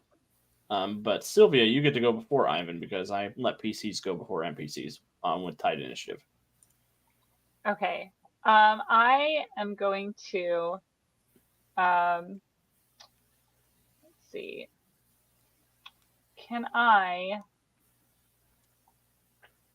Let's see. I have 120 feet per round, but I know that we're on sort of an incline. Can I get down sort of near where Morgan is? Yeah, I think with 120 feet of movement, even taking half movement to be safe, you can get down there with your in one move action. Amazing. Then I'm gonna just bolt down here. So the guy that Morgan is engaged with, he shouted at someone to help him. Could I tell who that was that he shouted at? He indicated to this fellow over here. All right. Can I make it to him? On the right. Yeah, I think so. Okay. Yeah, easily enough. Okay, great. I'm gonna go up to him, and just like put my hand up on his cheek and be like, I would really appreciate it if you helped us instead. And I'm gonna try and use Infernal Compulsion on him. Perfect. Roll to hit him because it's a close combat effect. Basically, to ensure that you make the correct eye contact. Oof. 15 is enough to hit his. Okay. 15 is enough to hit his parry. Okay. And then it's a DC 16 will effect. He gets a 19 and he sort of backs away from you. Must not be his type. And he responds to you in Russian, like he doesn't understand what your request is. Oh, duh. I should have paid more attention. Shoot. We always had translators in the boardroom. I never needed to know Russian. Brilliant. And do you have move by action, Sylvia, as an advantage? Say it again. Do I have what? Do you have move by action as an advantage? Mm-mm. Okay, so that means you can't move after you take a standard action. So you moved, you took your standard action. I take a separate action. Okay. Yep. So that's all I got. So you're down there with Ivan, who is going to look at you, look at the zombie girl, and he's going to sort of brush past you. I'm going to do my best to look as good. He's like, well, you're not a zombie, so that's Hello, me. Yeah, he's like, maybe she's being attacked by the zombie too. And he shoots she's going to help shoot me. He doesn't know what I was saying. Yeah. And he'll use SMG ski 21 to hit Morgan's dodge DC.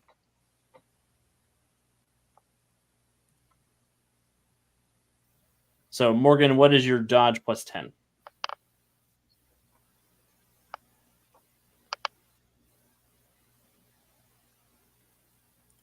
You might be on mute, Nate.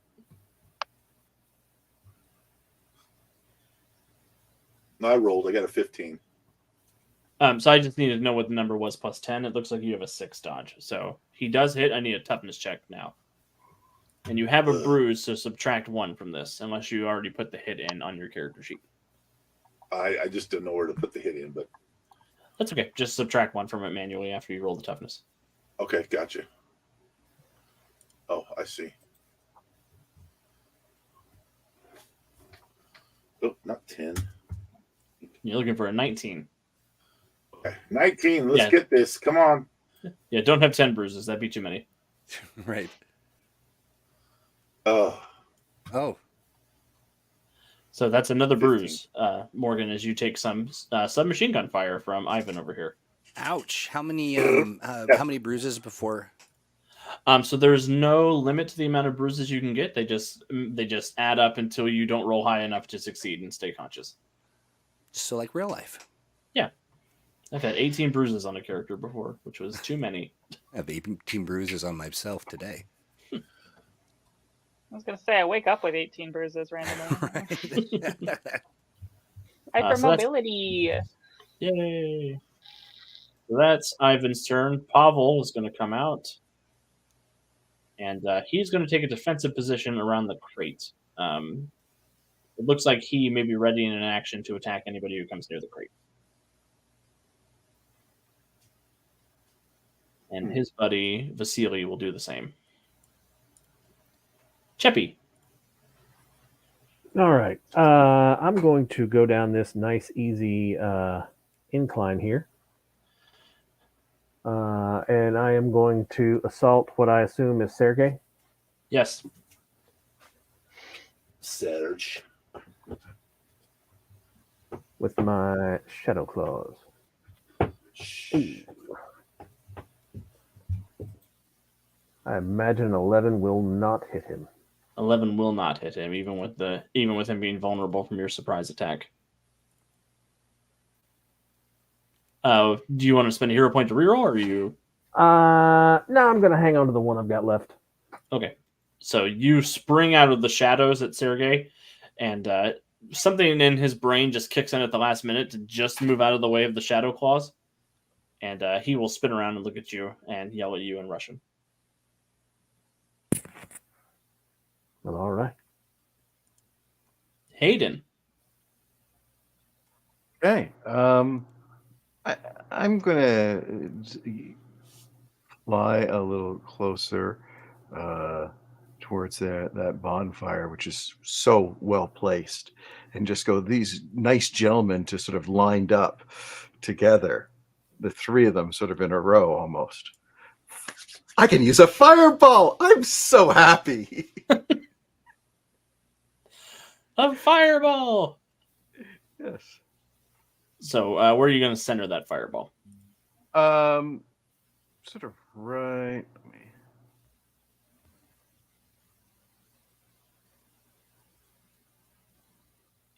Yes.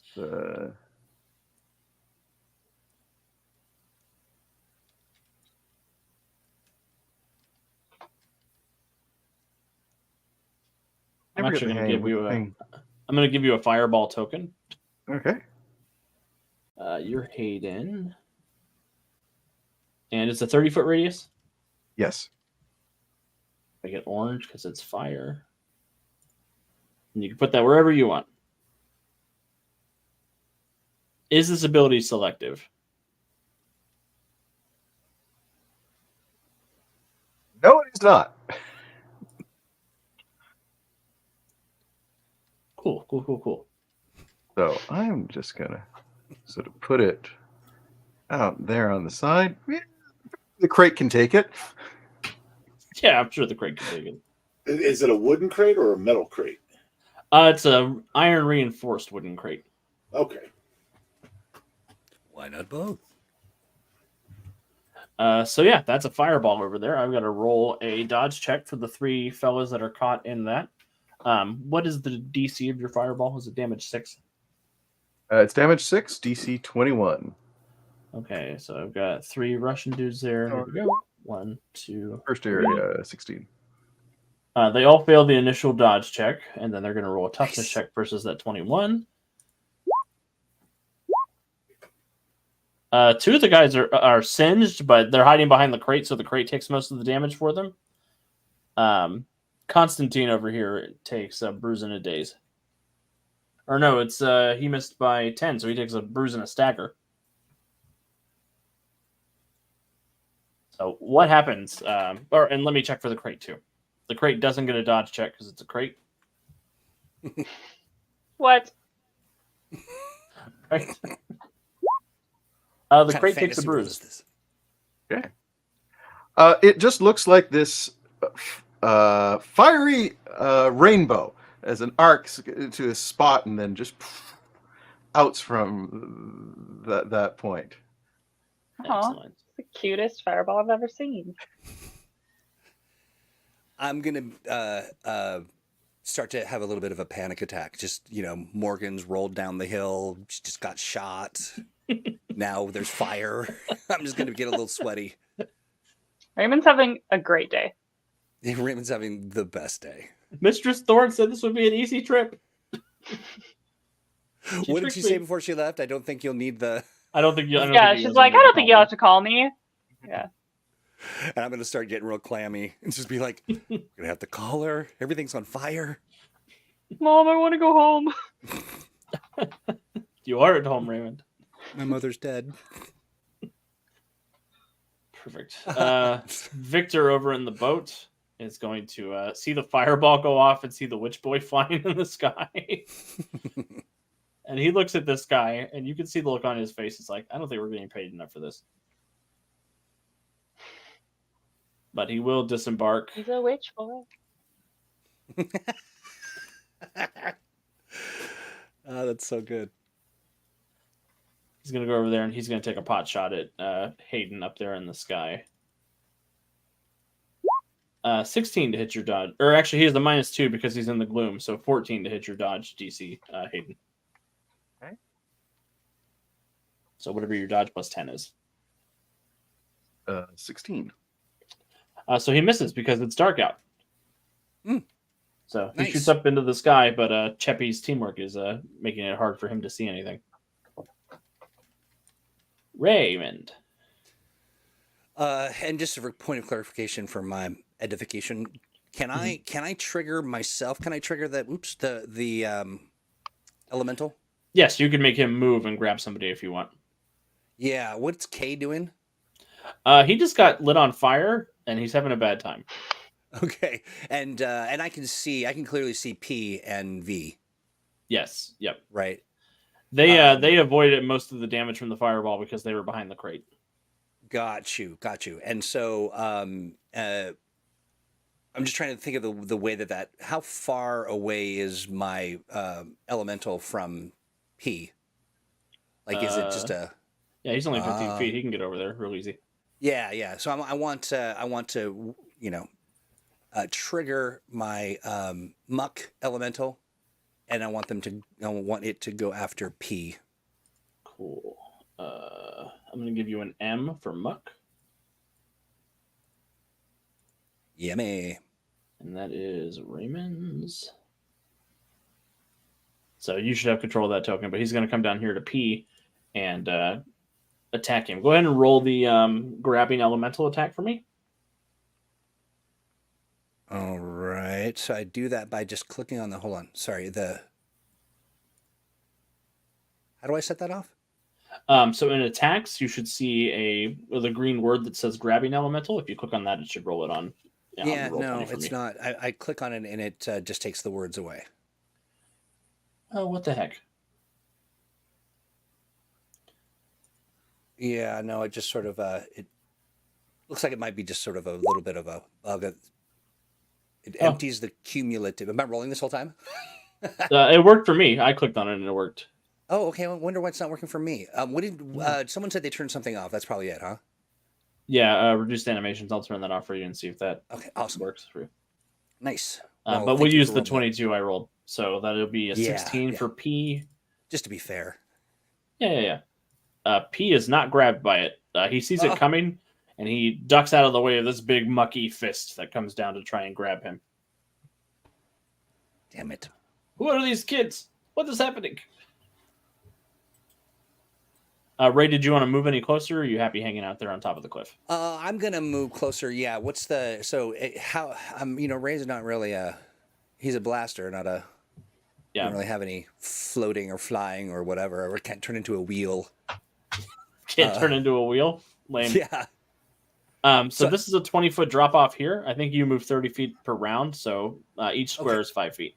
Okay, gotcha. So if I'll just, how close can I get then? If you pick up your token and you right click while you're dragging it, you can see how close you can move. You can get there and then it would be if you want to make an athletics check, you can get down here and get up to here.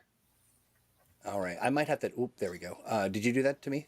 I did that to you. Yep. Yeah. So I think I might have to turn that stuff off as soon as somebody can tell me what that is. But in the interim, yeah. So I'll just get as close as I can. Okay. Cool. Give me an athletics check just to make sure you don't hurt yourself when you come down the 20-foot drop. Right on. You're fine. You're able to scramble down, making your way closer to the carnage. Speaking of carnage, Morgan.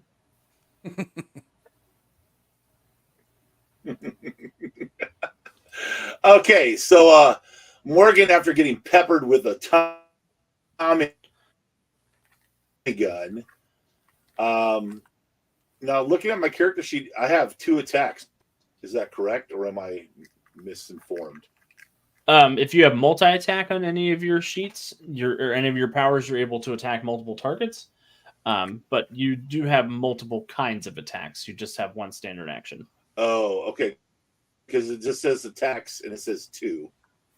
I don't know if that coincided with the attack or with the initiative. Oh, that 2 is your initiative modifier. So it says attacks 2. Gotcha. That's Okay, your that's initiative where I was modifier is the mistaken. 2.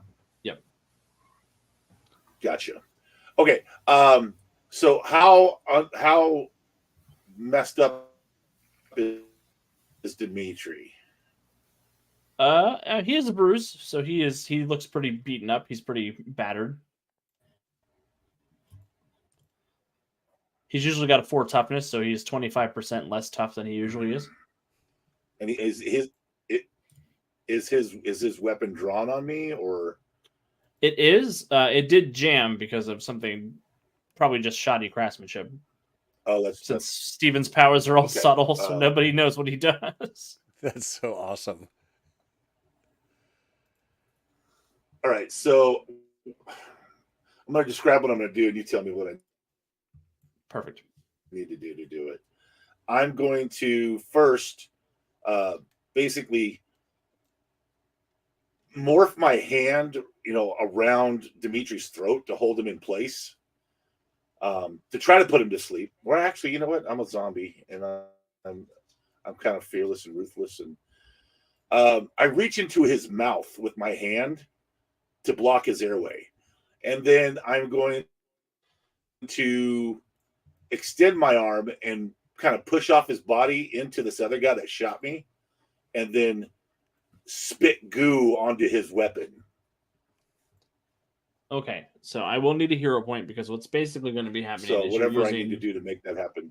Yeah, so spend a hero point for me. You're going to use a hero point to get a second standard action, and what's going to happen is you're going to roll to unarmed attack Dimitri and Ivan. You'll roll twice, and you'll get a -2 to both of these rolls. So go ahead and roll unarmed for me for that. Okay, just one.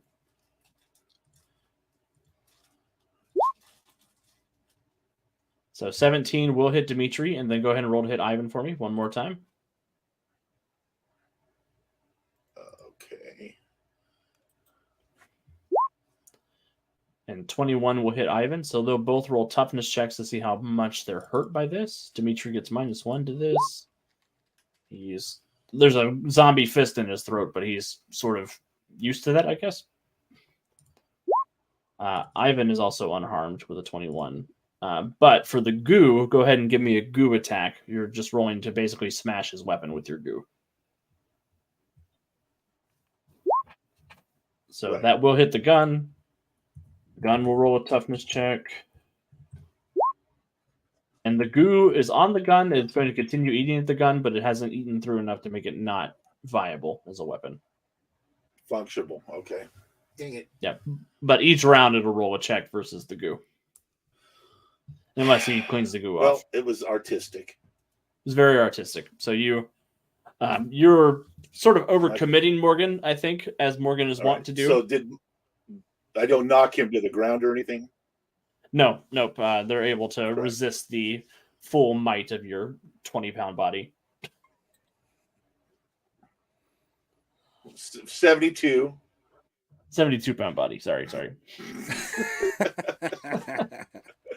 Okay, and I guess that's the end of my turn then. Yeah. Yes. Yep. Steven. I think first thing I'd So like a to do. 5'2", 72-pound fury of zombiness. Yes. I think the first thing that I want to do is I pull out my jug of water, and I want to try to use my remote senses to check on the guy that's in the boat. Okay. It says I can do a free action. So what do I see? It says that I have visual, auditory, mental sensing. Cool. Give me a perception check. Sure. Perception. Ugh, man, my rolls are just very low tonight. I'm the only one who seems to 13. roll well today. That's not good for anybody. 13, as you're sort of eyeing him up and down with your sort of, pull some water in your hands and look and beam your consciousness down to Yuri is his name. You notice that he does have a handgun holstered on his side, but it looks like he is reaching into his pocket to grab some kind of white powder that is in a cap, like a glass canister. Doctor prescribed. Got it.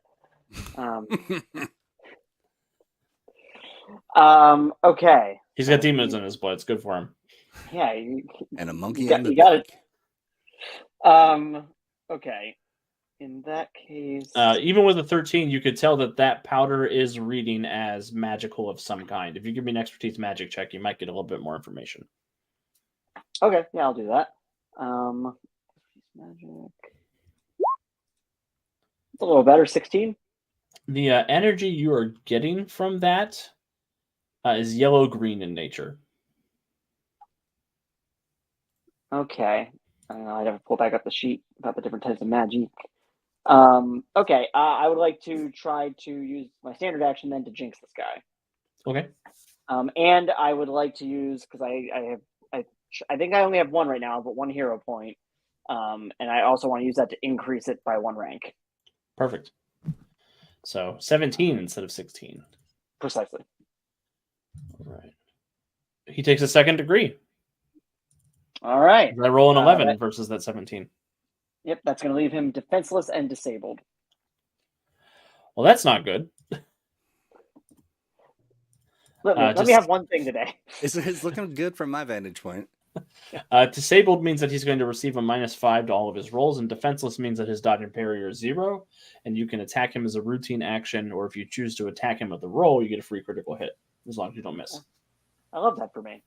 And we don't have any kind of mental connection with any of the team, right? No, that's not one of your tricks. Okay. Well, I just meant anybody. I don't know if we had like a Martian Manhunter type who connected all of us in any way. Well, I'm definitely not, sorry, guys. I'm doing my part, but I'm not giving away my position. So Smart, yeah. What does it look like as Yuri's having a bad time over there? It's like you trained for this. Yeah, I'm just like focusing all of my energy in, and I imagine for him it's like having vertigo. Like he's suddenly just very like disoriented. It's vertigo mixed with too many drinks at the bar. That's what it feels like for him right now. Which probably is an awful combination. No, it works. The room's spinning. You're not inside. That's the trick. Everything is always spinning all the time. That's right. And Steven's is aware there of any gravity. way- actually, let me just check the distance here. Yeah, could I no, if I do stealth, I need to do slower, so I'm not gonna try and chance it. I'm just gonna stick where I'm at. And that's turn. Cool. Sergey is going to try and kill Cheppy with a fisticuffski. Oh. 10 will miss Cheppy, though, I'm pretty sure. That is correct, yes. And then Yuri is still going to try to do what he was going to try to do, and he's going to throw that capsule on Morgan, but he gets a -5 to all of his rolls, so...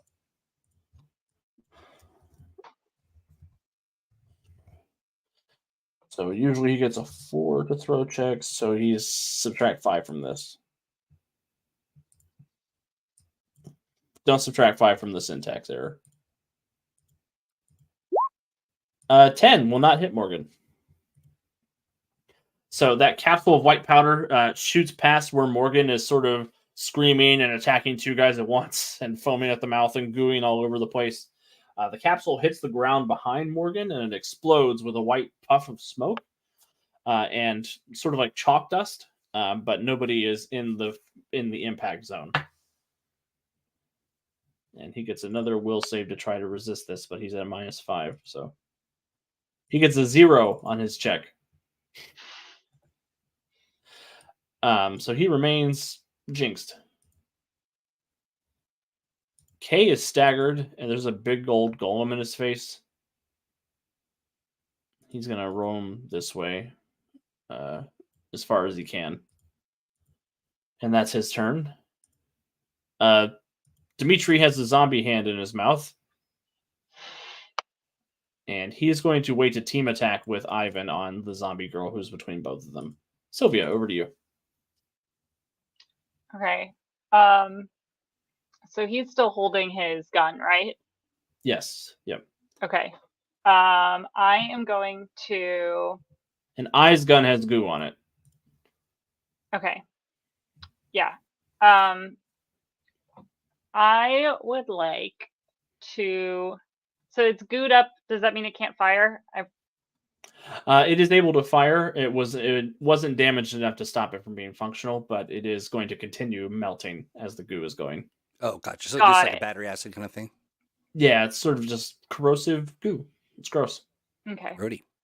So what I would like to do, and you can tell me what is doable and what is not.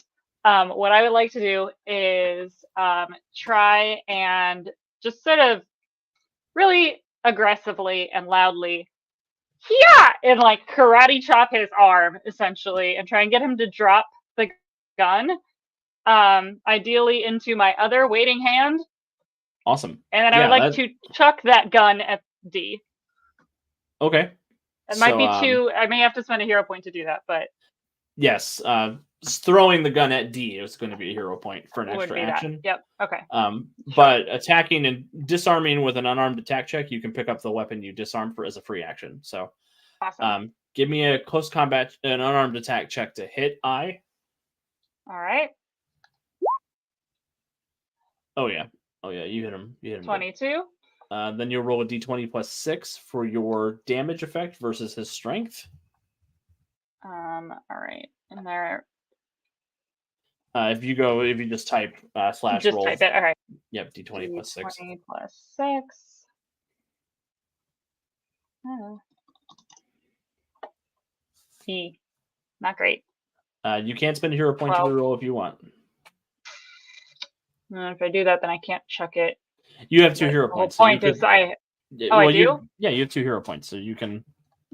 Oh, I didn't know that. Sorry, I should have mentioned everybody starts with 1. Oh, okay, got it. Then sure, why not? So I will try that again. 1d20 plus 6. Uh-oh, come on.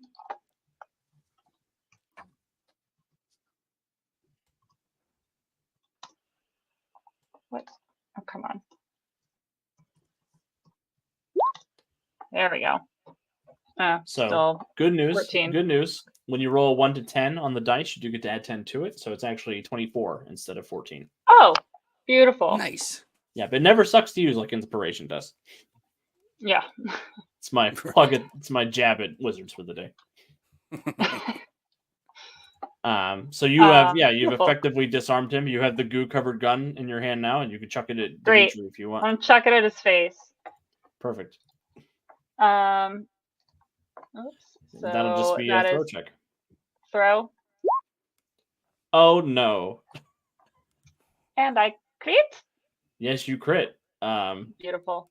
So I was gonna give you a +2 circumstance bonus because it's a goo covered gun you were throwing at him. So that's a 23 for the +2 to the damage for that, and then for a critical hit you get another +5. So it's a DC 28 that he's got to succeed on with his piddly +3 toughness check. So he gets a 17 versus that 28. That is a difference of 11. So he is staggered. Beautiful. So you hurt him real bad. What happens, Sylvia, as you... basically almost knock him out. Yeah, so yeah, she karate chops eyes, arm, the gun drops into her other hand, and she just, like a throwing axe over her head. It doesn't go very far, it's only like 10 feet, but it just clocks him like right between the eyes, and he's just wobbling.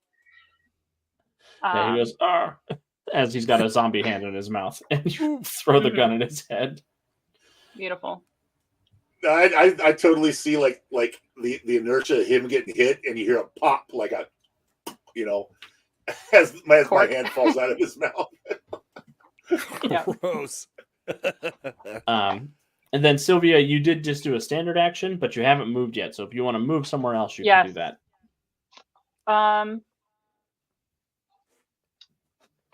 They can team attack. It means I can team attack, but I'm not entirely sure what that means. So a team attack, if you want to make a team attack, anybody who wants to participate in the team attack, you delay to the same initiative count. And then each of you roll to hit the same target, and however many successes you get increases the damage of one big attack. I see. All right. Between I and D, who's looking more hurt? D, definitely. Okay. Then I will scooch around to, I don't know what position would allow me to team up with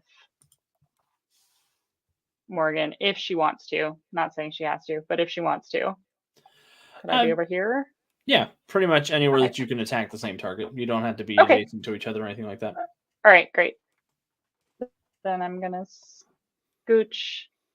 Actually, you know what? I'm going to sort of snake around behind him. Excellent. In the hopes that if someone were to try and shoot at me, they would risk hitting him. Perfect. I don't know if that's a thing in this game, but that's what I'm going to do.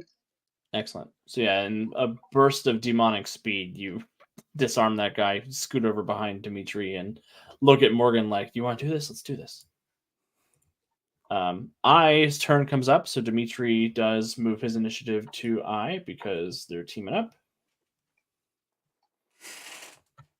And they're going to team up on Morgan, even though Dimitri has a raging headache now. So here's his attack on Morgan. It successfully aids, so I will get a +2 DC to his damage. Morgan, they do hit you. I need a DC 19 toughness check, please.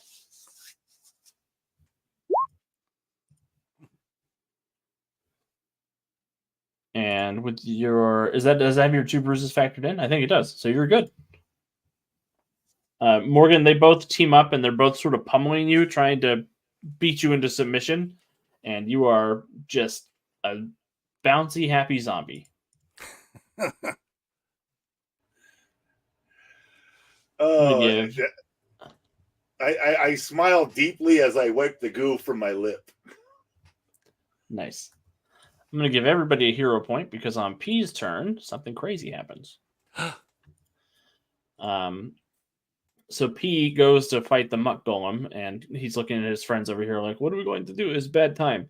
And the crate bursts open, and there is a dragon inside the crate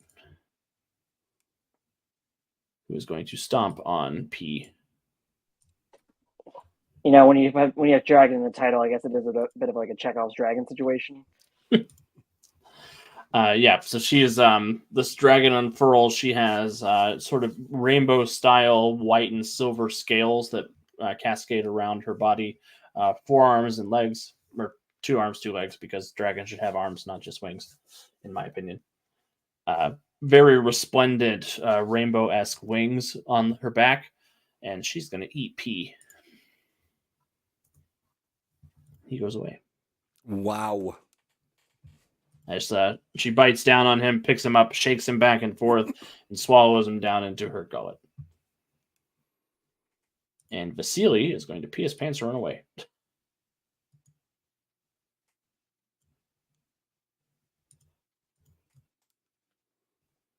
Put the boat to the back. As he dives into the boat and hides behind Yuri with the double move action. That's all he can do. Cheppy.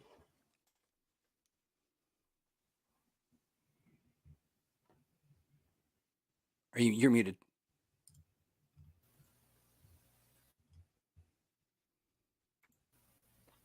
There we go. I am going to take a swing at Sergey. That'll do it. 22. That will do it. And that is multi-attack on that. Oh, and that will give you that's 8 above, so you're going to plus 2 DC for that for DC 23. All right. That's not good for Sergey.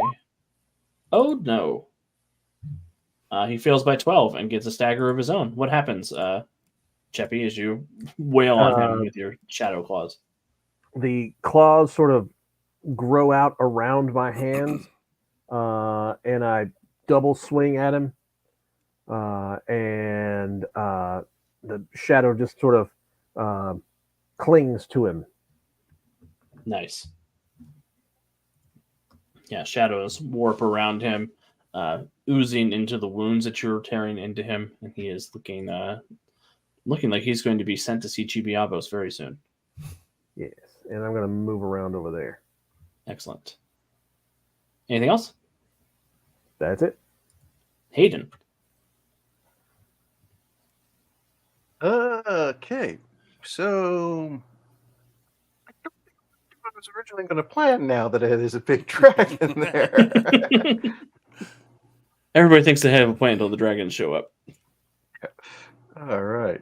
You've heard of throwing a wrench in your plans, but have you heard of throwing a dragon in your plans? Whole other. It's a different kind of Whole wrench. other level.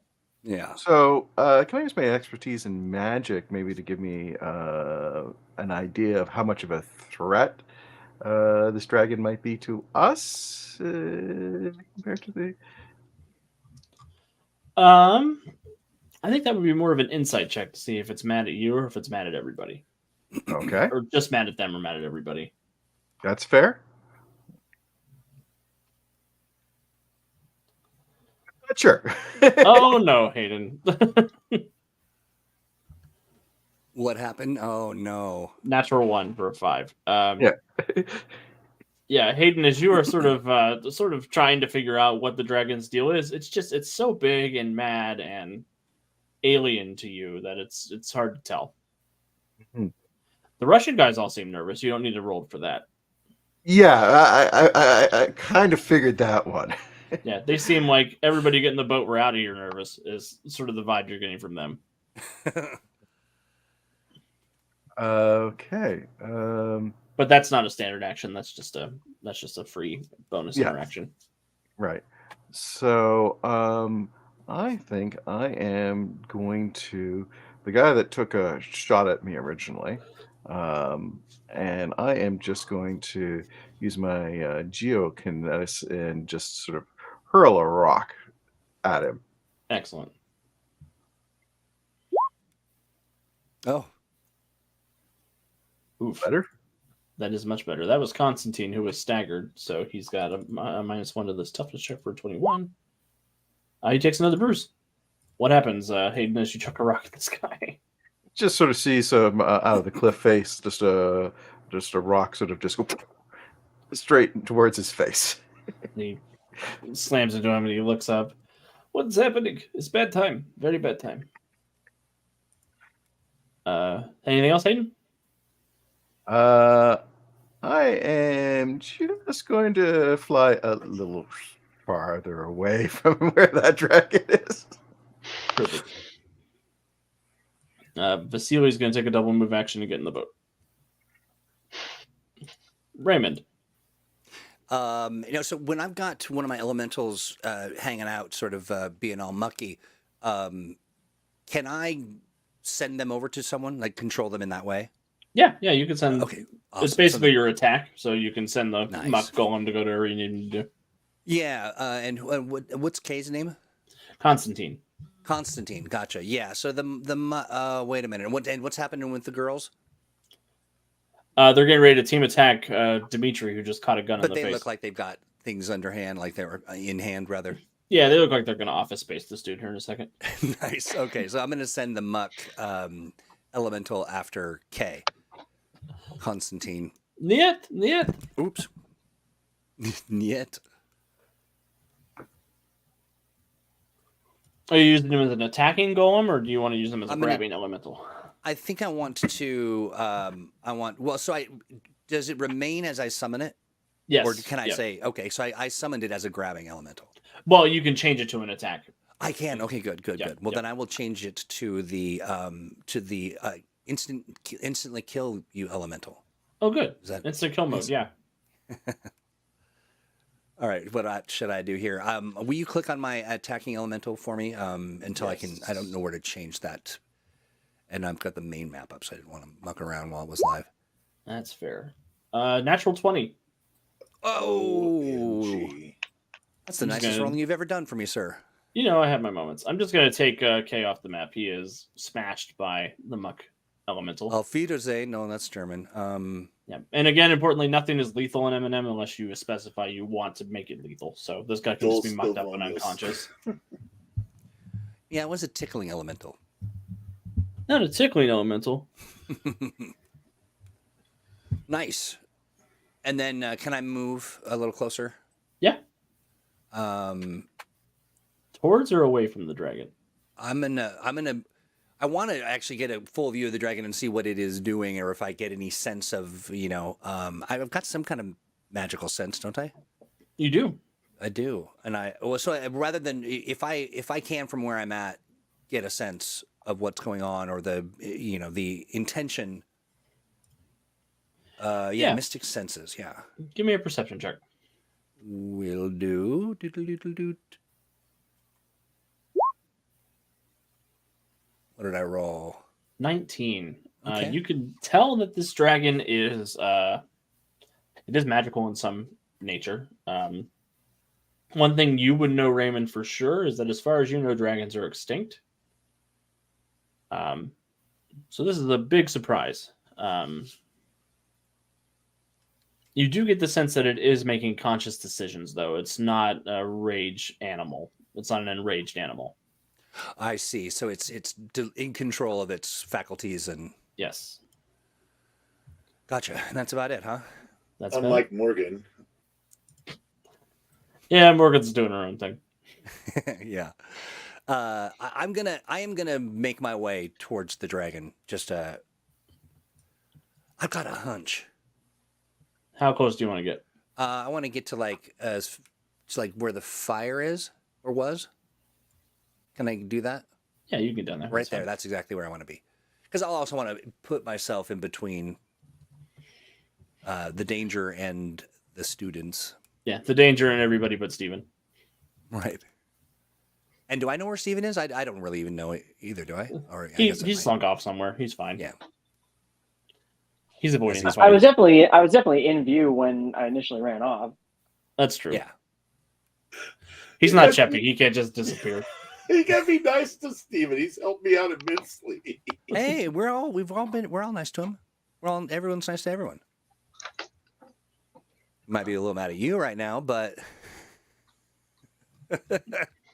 Oh, you know. I just love that hole. Morgan, so Sylvia would like to do a team attack with you. Is that something you'd like to participate in? Well, if she gave me the head nod, I'll be like, well, and they're running for the boat, so I take a defensive position next to Sylvia, but ready for a team attack if we want to. Okay, so the team attack will go off on Sylvia's turn. Okay. So I'll move you up there as you're ready. Yep. Ready to join in. I think they've had enough of this loveliness. Yeah, everybody seems a little like, okay, this is a lost cause. Steven, speaking of.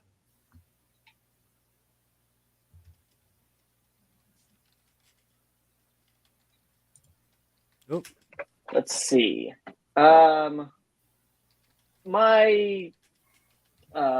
jinxing, it is single target. I know it's perception range, but Yes, it is single target.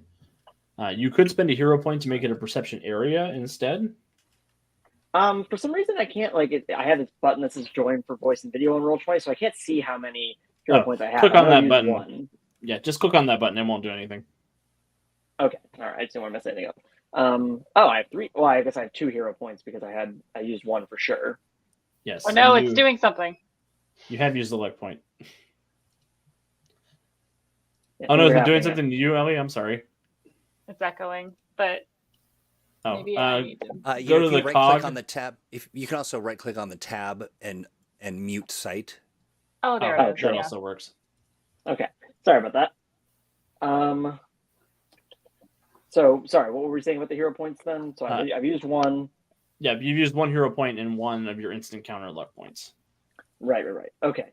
Yeah, I'd like to use extra effort to do the jinxing this time as a multi-attack. Okay. And I want to go for the other 2 guys in the boat.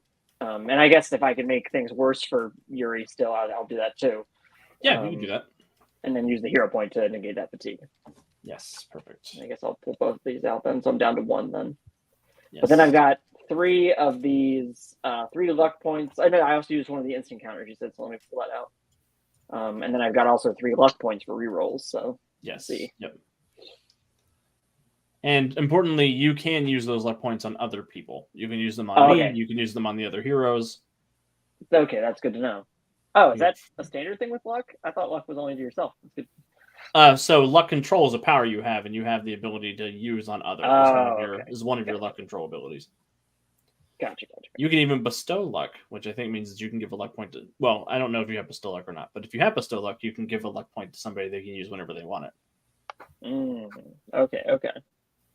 Cool. So yeah, you are zapping those 3 dudes up there. Go ahead and give me a d20 plus 3 since you're attacking all 3 of them.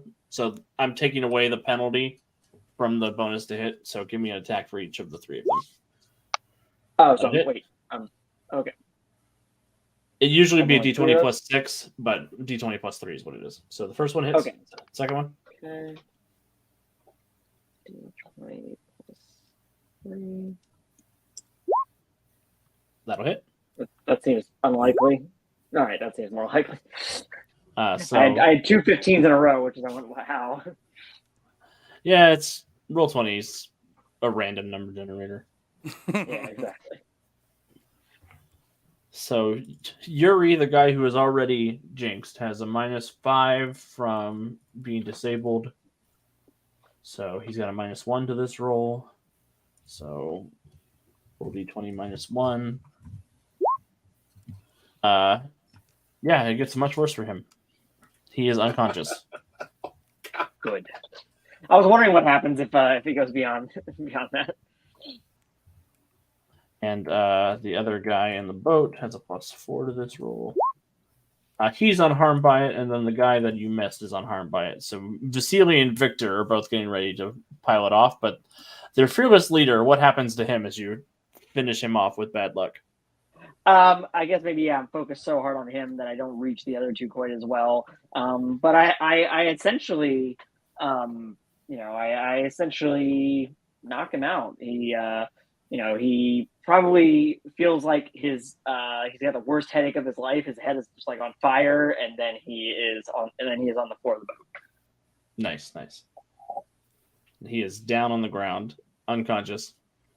You want to get any closer, Steven, or are you happy hanging out in your bush up there? No, there's a dragon now. I'm definitely not. Are you crazy?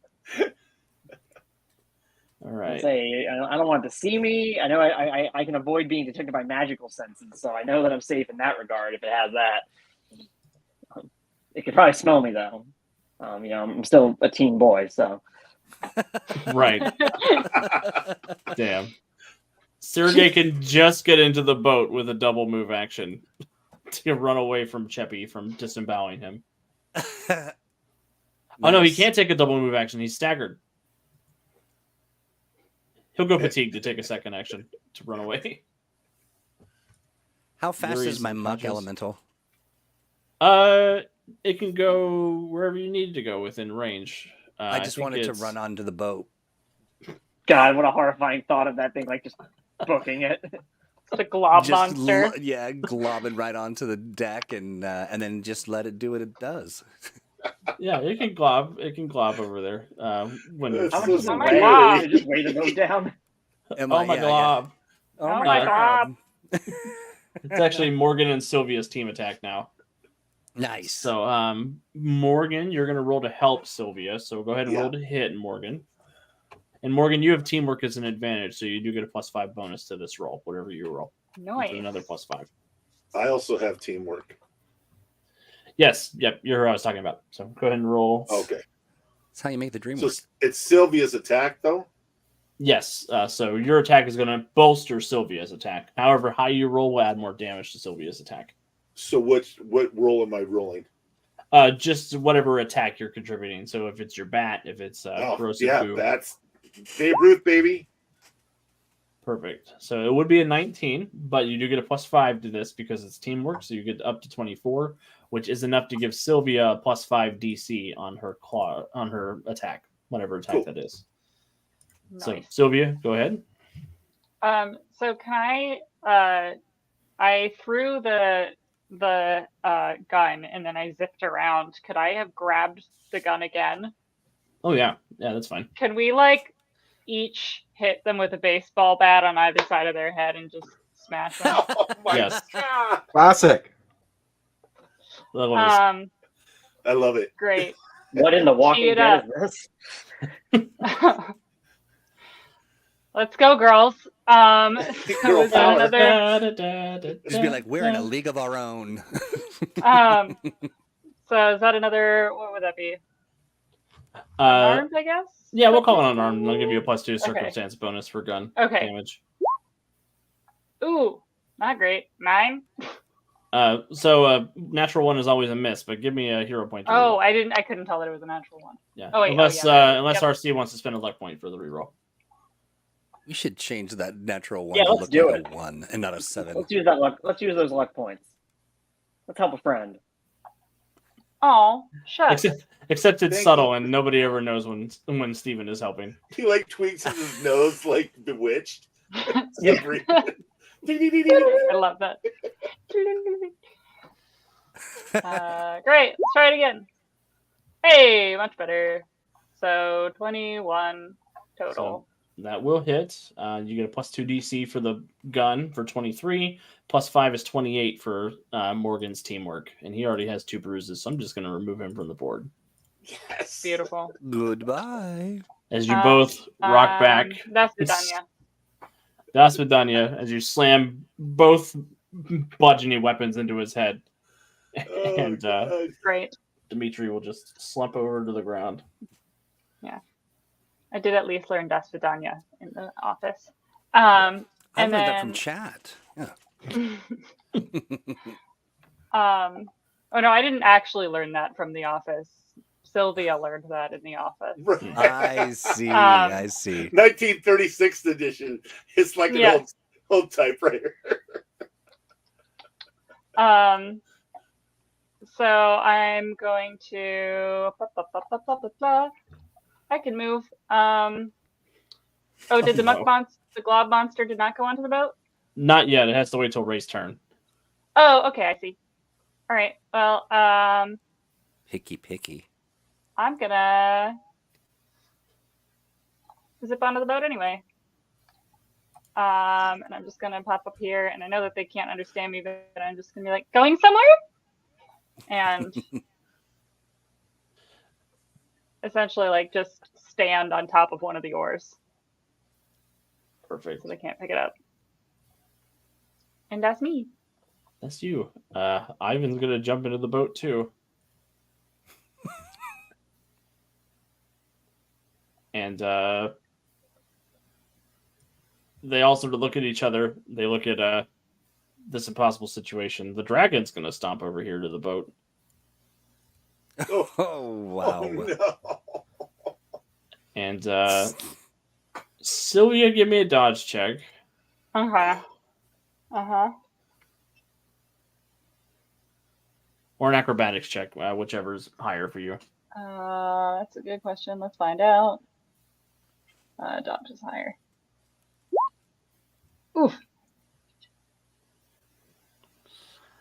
Glad to know that I roll as terribly digitally as I do with real dice.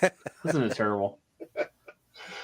So the dragon picks the boat up with its mouth, it grabs both sides of it with its hands, and it splinters the boat into pieces. Sylvia, you fall in the water.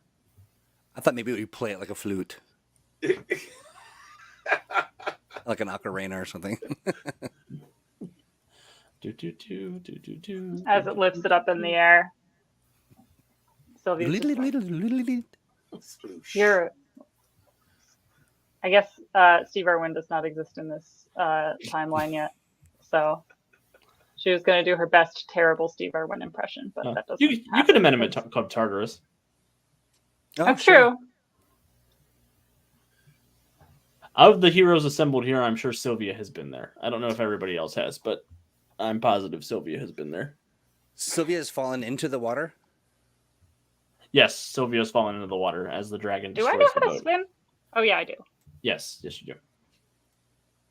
And the dragon's going to use an extra effort to bake these guys.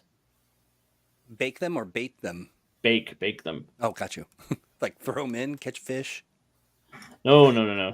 She roars, she leans her head Wow. back, and she just breathes rainbow fire all over these guys. Alas, Yuri, I hardly knew him. Aerofiend asks, what is Club Tartarus? And that, of course, is where Tartarus sauce was invented. Right? No. Take away his 0 point. Club Tartarus Aerofiend is sort of the nightclub where anyone from anywhen can wind up. It is a point in time and space that has openings throughout history where lots of famous people wind up. Doctor Who style. Got it. Yes. And sometimes birds that may or may not be sentient. Yes, and fish. There's a goldfish there. Fish is what I was trying to think of. Where else are you going to use the Tartarus sauce on? Tartarus sauce. So the dragon will turn to look all of you, and I think that's probably where we should take a quick break. Yes, Great I was going to job, say. everybody. Yeah. Well, was it my move next? I believe so. Because I think so, yeah.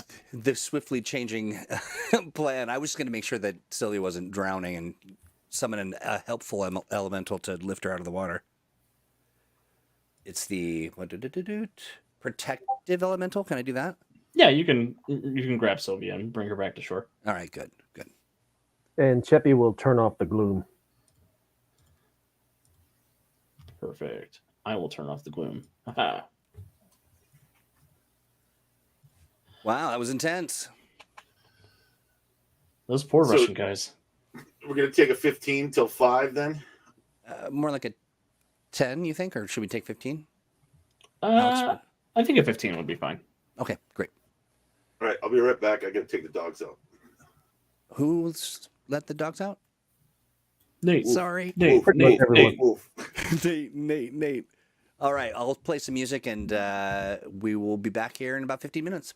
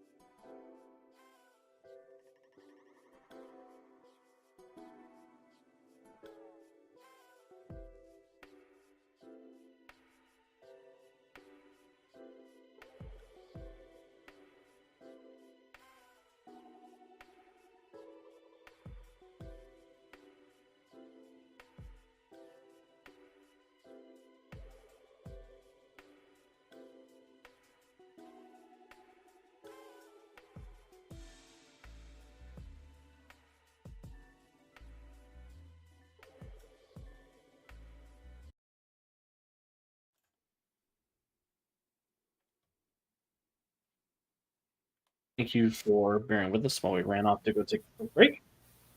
We are excited to be here showing the Dragon of Parkhurst Manor with you this evening.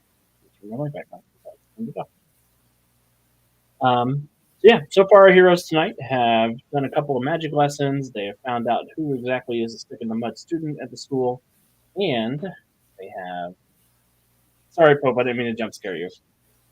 They got into a fight with some Russian dudes on the beach until a dragon broke out of a crate that these fellas had.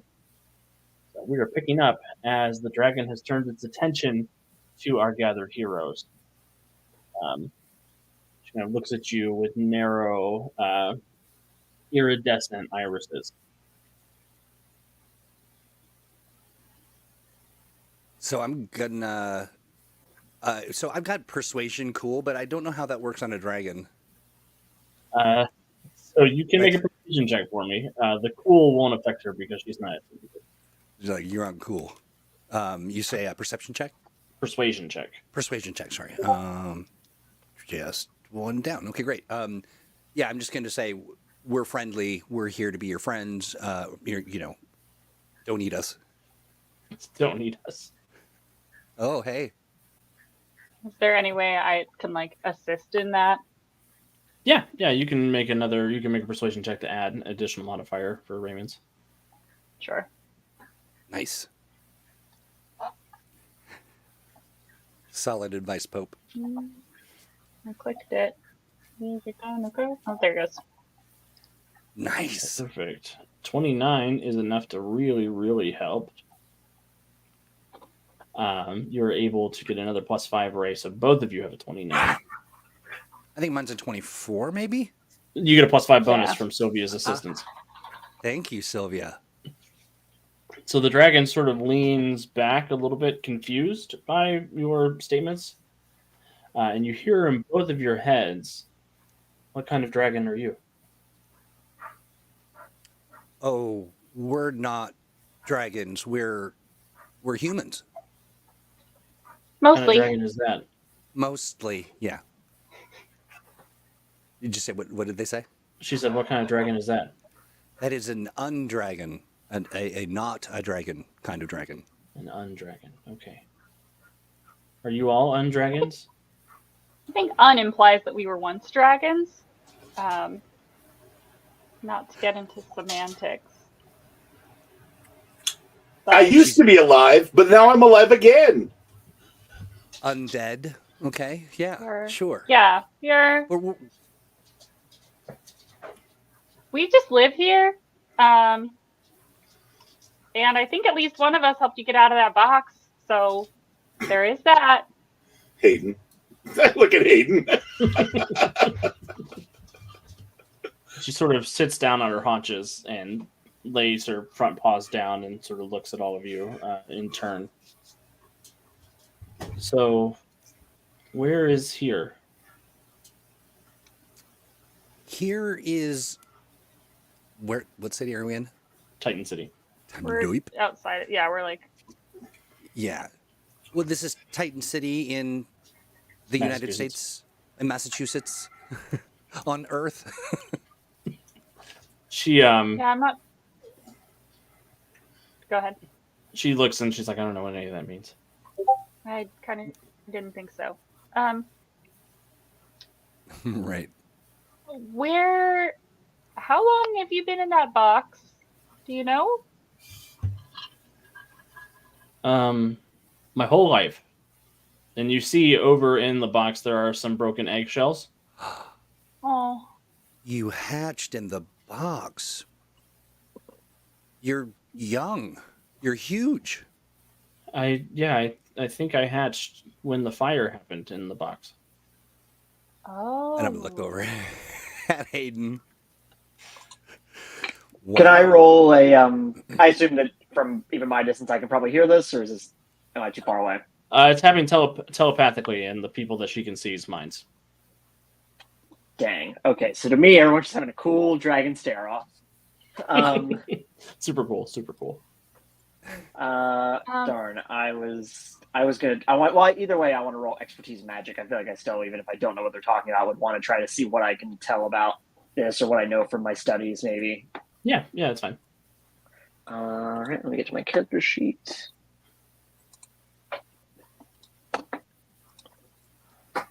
$26. That's pretty good. Nice. 26 is pretty good. You know this about dragons. You know that the last dragon supposedly died 8 years ago. It was Daenerys killed. Targaryen, of course. The last dragon was killed in Titan City, actually. She was a businesswoman who requested death at the hands of Anson Walker because she was sick of being alone and she didn't want to continue living forever as the last of her kind. And Anson doesn't relate to that at all.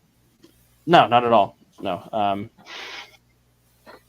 And dragons, are very powerful magical creatures that tend to bring great change with them wherever they go, whether that change is for good or negative or bad. They are telepathic beings that are able to communicate with any sentient species, and they have exponential intelligence. So they get very intelligent very quickly.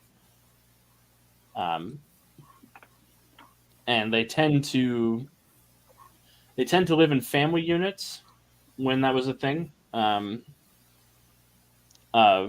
parent dragons and 1 child dragon for the first 10 to 20 years of its life before the dragon flies off to go start its own colony. And do I have any kind of sense at all about how old it is? Not really, because I haven't seen one in a long time. Yeah. Okay. So I'm gonna just sort of in the mind of a caretaker and a sort of being concerned. I'm gonna communicate. Are you hungry? I mean, we're kind of out here. What's the weather like right now? Is it stormy or is it? It's sort of overcast afternoon.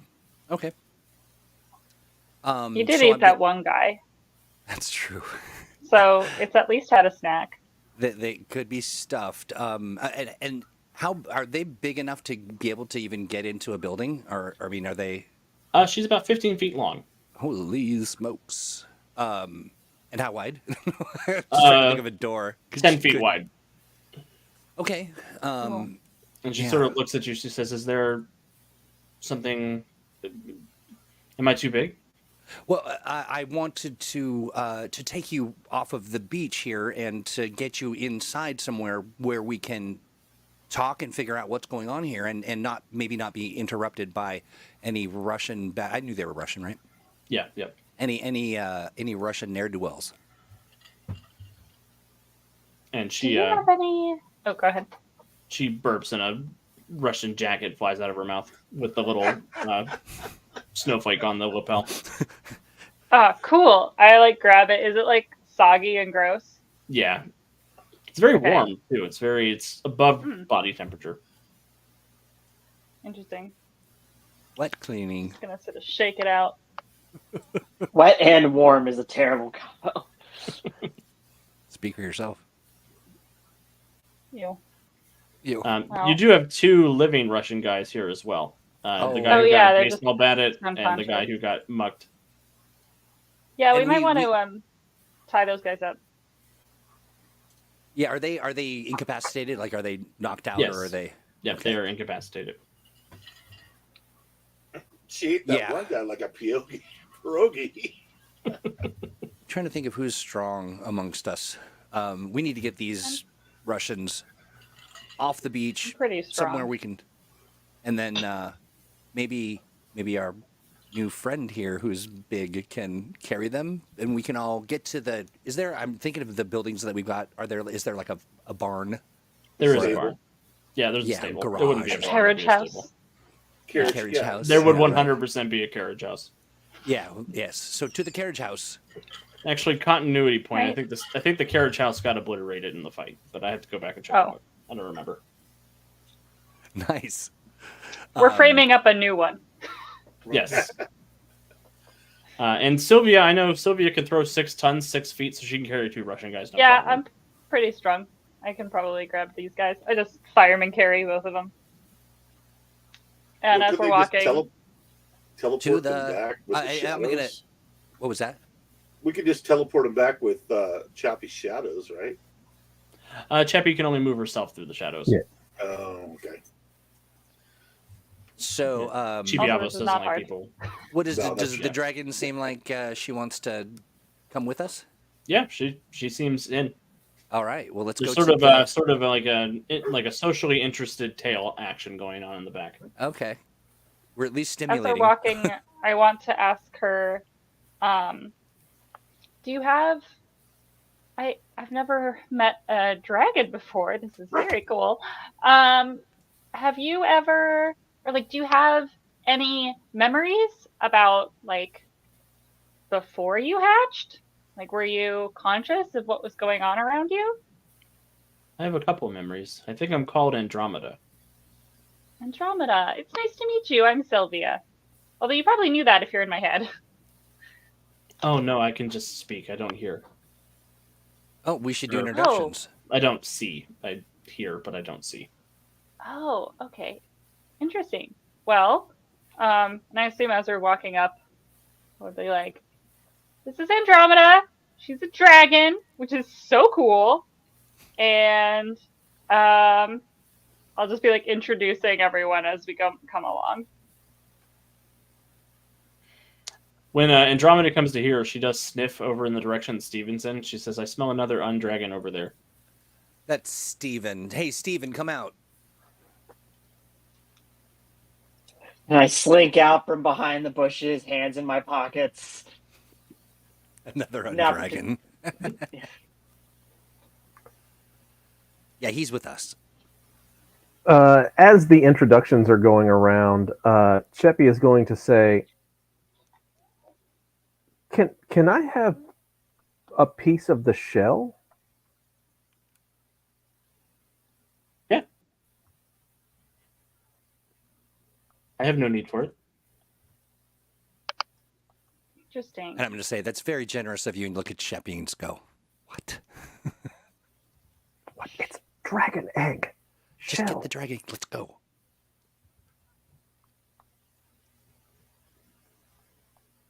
And you guys make your way back up to the house.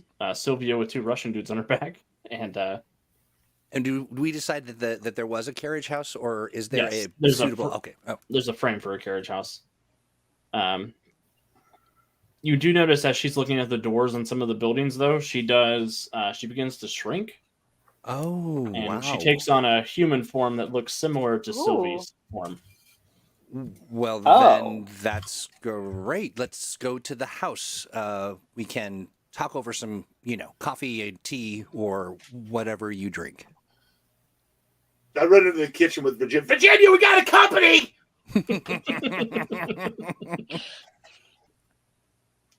And Virginia will come out and see the new person you're with and the two Russian guys. She'll be like, Raymond, I feel like I don't think Mr. Thorne advised you to take a field trip. Well, we didn't have to go very far. The field trip found us. This is our friend Andromeda. They are a dragon. And Virginia says, oh my. She doesn't look like a dragon. She did just moments She ago. did about like a minute ago. Yeah. Oh, shall I prepare a room for her? Yes, I look at Andromeda and say, yes, yeah, let's prepare a room. And Andromeda will shrug her shoulders and follow along wherever you guys lead her. Awesome. So we're going into the house now. I'm gonna, get some tea and stuff ready. And do you drink tea? You probably don't know what tea is.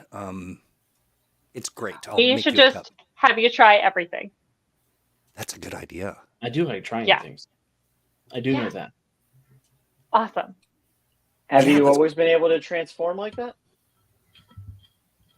I think so.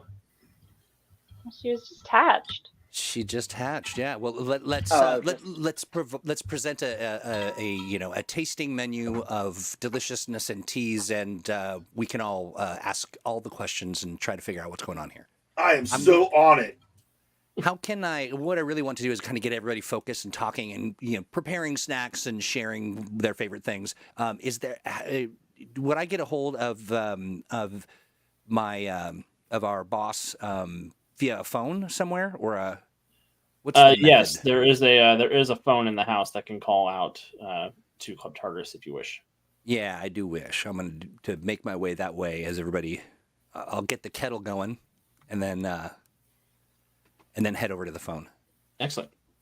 Rings a I'd couple say of Sylvia's times. like making another mess in the kitchen, gathering beverages. I'm just Yay. imagining beverages just lining up on the whole place and all of this Yeah. food and yeah. I think Steven feels like, I mean, it doesn't sound like we're letting her out of our sight anyway, but he's like kind of trying to make it look like he's reading a book, but really just keeping an eye on the new visitors. Where are You we see, gonna as you're stash the observing her, Russian? she's observing you, Stephen. Say that again? You see, as you were observing her, she's observing you. Yeah, he quickly tries to make it look like he's just reading his book. So where are we going to keep the Ruskies? We'll drop them in the cleaning closet, In the tied ocean. up. And we'll drop them into the ocean. Does an old manor like this have like a We have like a cleaning Essentially closet. A dungeon? like I would say not necessarily a dungeon, but like some A sort of brig. holding cell. I mean, this is a school for magical monsters and creatures and I bet there's people. like a utility room or something, with some mops and things, and they're tied up. And has this building always been a school for magical children? It has not always been. You guys No. have been turning it into that. So Parkhurst Oh, okay. Manor. I think a utility closet is probably your best bet. Okay. The cell for magical threats is something that is on her mind, but not something that she wants to build first. Sends the wrong message to the kids, I think. Like the Ghostbusters. But a cell for human threats sends the right message. Yes. Awesome. Does the door swing out or in on this utility closet? In. Like out In. into the hallway or in? Into the room. The Russians that we have, they weren't. We didn't see them do any magic or anything like that, right? No. You did see that one guy had that white powder that he threw, and I Steven did detected detect that that was was magical, but they didn't seem to exhibit any magical powers of their own. Green and yellow. you know- right? Have we thoroughly Green and yellow. searched them I was about to suggest that. just to make Yeah. sure there's no other? Powders, potions, trinkets. You do see that one of the guys does have a one of those vials with white powder in it. That's Constantine. Who's the other guy? Dimitri's the other guy who got baseball batted in the head. That's right. They both have there's some machine guns. They've got 2 extra magazines for them. Dimitri does have instructions. You see he has a piece of paper folded up in his coat that just says, "Leave the crate on the beach and the retrieval team will come for it." In English? No, it would be in Russian. But Andromeda The will dictionaries. Yeah. Andromeda will translate. I say I read Nice. enough books around here, right? I should probably figure this out. I was going to say, Somebody we've got can't- some Right, kind right. of, yeah. English to Russian. But Russian to Andromeda English can just book. like read it and know it. That's pretty cool. Yeah. Yep, she That's looks at very it. awesome. All right, so can we say, just for sake of timeline, that we did all that stuff first? Then Yes, yeah. then we're in the kitchen now, and now I'm making the phone call? Yes. Yep. The phone rings a couple of times, and you get an answer. Club Tartarus, this is Eric Larson speaking. Yes, I need to speak with old Miss What's-Her-Face. Hold on here. I forgot her name. Miss Thorne. I need to speak to Miss Thorne. It's an emergency. What year are you from? I'm from the 1930s. It's 1936. 36. What month is it? It is December.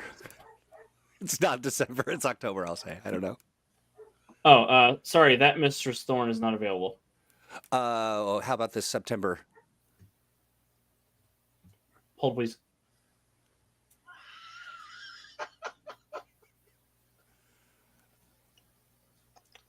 September is also not available. I do have one from 1911 that you could speak to. That's not gonna do. I need one in this timeline. Wait, no, that could That do. would totally work. Wait, she wouldn't know what we were doing. She would know wasn't what here. we were doing before she even got there. Yeah. Wait, she's from 1911? Yeah. Yes, 25 years ago. Yes. So that's Most of us, before now. we weren't Prior- born when that happened. We weren't even there yet. She doesn't know who we are. She doesn't know anything about us. You just tell her 20 years from now This wasn't you'll even be a dealing school with this. Oh, Right. Lord. I see what you're saying. So I'm getting the message to 25 her through years her years so she would know before she left what happened. Hopefully. Well, it doesn't appear to work. Wibbly wobbly, I timey don't- wimey, but So I've the seen idea, Back to the okay, Future. hold It on, works, but trust hold on. me. Wait, just a moment.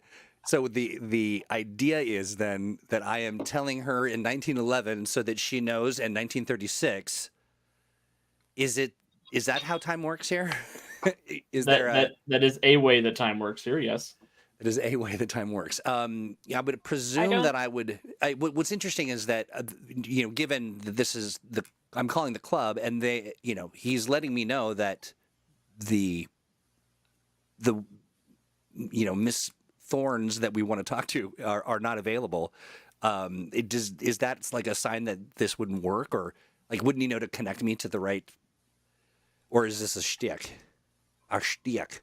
I mean, she might just not be there. She might have been there earlier and just not be there now. But You're not either even on way, the if we call, tell sir. the one from earlier, she'll know. I'm hanging up your line. I like to imagine everybody's in the hallway listening to Ray on the phone. I could do that. I'm covering the phone, being like, "Wyatt, you." And so Not have a headache. That's actually really funny. Do So I- I'll cover the phone. Having been a fly on the wall in meetings that have to do or like meetings within Club Tartarus, Mhm. would I have any understanding of like how this works, or if it's normal, acceptable, or useful to talk to people out of timeline? You've been there before. That is a good point. Sylvia, Nice. you know that anybody who leaves Club Tartarus only holds on to very important information that they learned outside of the regular timeline. There is generally a period, like when somebody leaves the club, if they've acquired information they're not supposed to have, it is erased. So it's like safe to talk to those people for advice as Yep. long as they are still there. Okay. Yeah, you know actually that your teacher, Miss Thorne, one of her favorite activities is to tell Julius Caesar how he's going to die, and then he forgets about it when he leaves. Yeah, I've watched that one happen a couple times. It's pretty funny. Okay. All right, okay, so Well, you describe that to me, then sort of say it, and I can Yeah, say, I'll well, just say like, you could at least ask her for advice. She may not know who we are or even what this school is, but like, you're not going to mess anything up. well, that's what I'm worried about, messing things up, and also just the time it would take. Hold on, I'm going to get back on the phone. I'm going to say, where is Miss Thorne, our Miss Thorne, the 1936 Miss Thorne, September? She is on business for Mr. Powers, of a sensitive nature. Is Mr. Powers in? He's always in. Can I speak to him? Let me check. Hold, please. He just asked for Mr. Powers? Holy cow. Good luck. It's a dragon. We thought dragons were dead. Yeah. I'm just like, everything I know about Mr. Powers, I'm just going to walk away from this. I'm going back in the Wait, kitchen. hold on. If we can talk to people from any time, is the last dragon there? Maybe we can ask them what to do. This phone call is really complicated. Thanks. All right. Stephen washes his hands of this because it's getting too complicated, and he's just going to walk away, and he's going to try to use some precognition, either some precognition to see the future or some postcognition to see this dragon's past. You guys are a stressful group of players, Oh, I know, characters. honestly, like, You're a seriously, stressful group of characters. I fair. honestly thought that you would all be entertaining the dragon with food and drink, and that I would sneak No, away. I'm going. It's I- like once you start going the timelines and things, the time magic gives me headache. Would you like to introduce you to something called a chocolate chip cookie and milk? Ooh, yes. Right? Yeah. I know I like those. So, Stephen, I'll get to you in a second. Raymond, as you're on the phone, there is an answer on the other line. It's the voice on the other end sounds like the last voice anyone will ever hear in the universe. It is drawn out, smoky, acrid. You even get a little bit of an aftertaste on your tongue just hearing him speak. This is Mr. Powers. Who is? May I ask who is calling? Yes, Mr. Powers. I'm Raymond, and I'm looking for a dragon is here. Here at this place where we're at. I need Miss Thorne. Can you get a hold of Miss Thorne? I'm afraid she is beyond my reach, but if there is a dragon in your house, that is... You should come down to the club with her. Well, we're kids. That's fine. All the kids would have to come with us. I'm not leaving him here alone. Do you need a car? Yes, we need a car. Yes. I can send somebody to pick you up if you desire. Yes, I do. That's. I'm certain that's what Miss Thorne would want. And yes. Has the dragon taken another form yet? Yes, the dragon is in a humanoid form. Encourage her to remain so. I will do that. I don't want to send a truck. How long will it be until you're here? 3 hours. All right. Thank you, Mr. Powers. As you wish, Mr. Cole. I was like, I didn't tell my last name.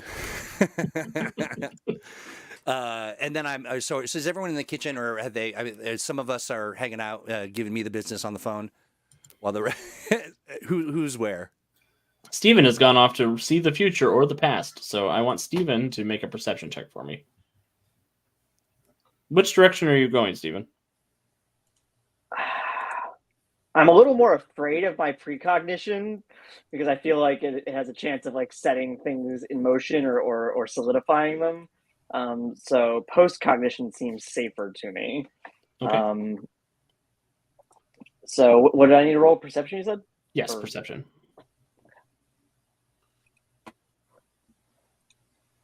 Ooh, Steven gets a natural 20 and sees things that are, things that were, and things that may once be. Holy smokes. Things that I imagine that like come to I am overwhelmed with the power, like white light shooting from my eyes. It's the first time you guys have ever seen Steven's power like manifest in a physical way. Wow. So Steven, you lean in, you look into the past, and you notice that Andromeda has met your gaze as the white appears in your eyes, and she is in your head trying to help. You sort of sense back. You get the sense of being in the egg, like you feel that you are awash in the fluid and you are confined within the space. And you can hear voices outside. And because you were sort of seeing this from Andromeda's point of view, you can understand the Russian that is being spoken around you. There is a great discussion by a woman with a sort of prim and proper voice, saying that this is the first egg and we need to continue manufacturing these at an even pace. Our buyers are looking for more. I will be at the packing plant when you are ready for additional, when you're ready to deliver more. In the meantime, please continue running the business outside of the trading post. And don't let the lich out.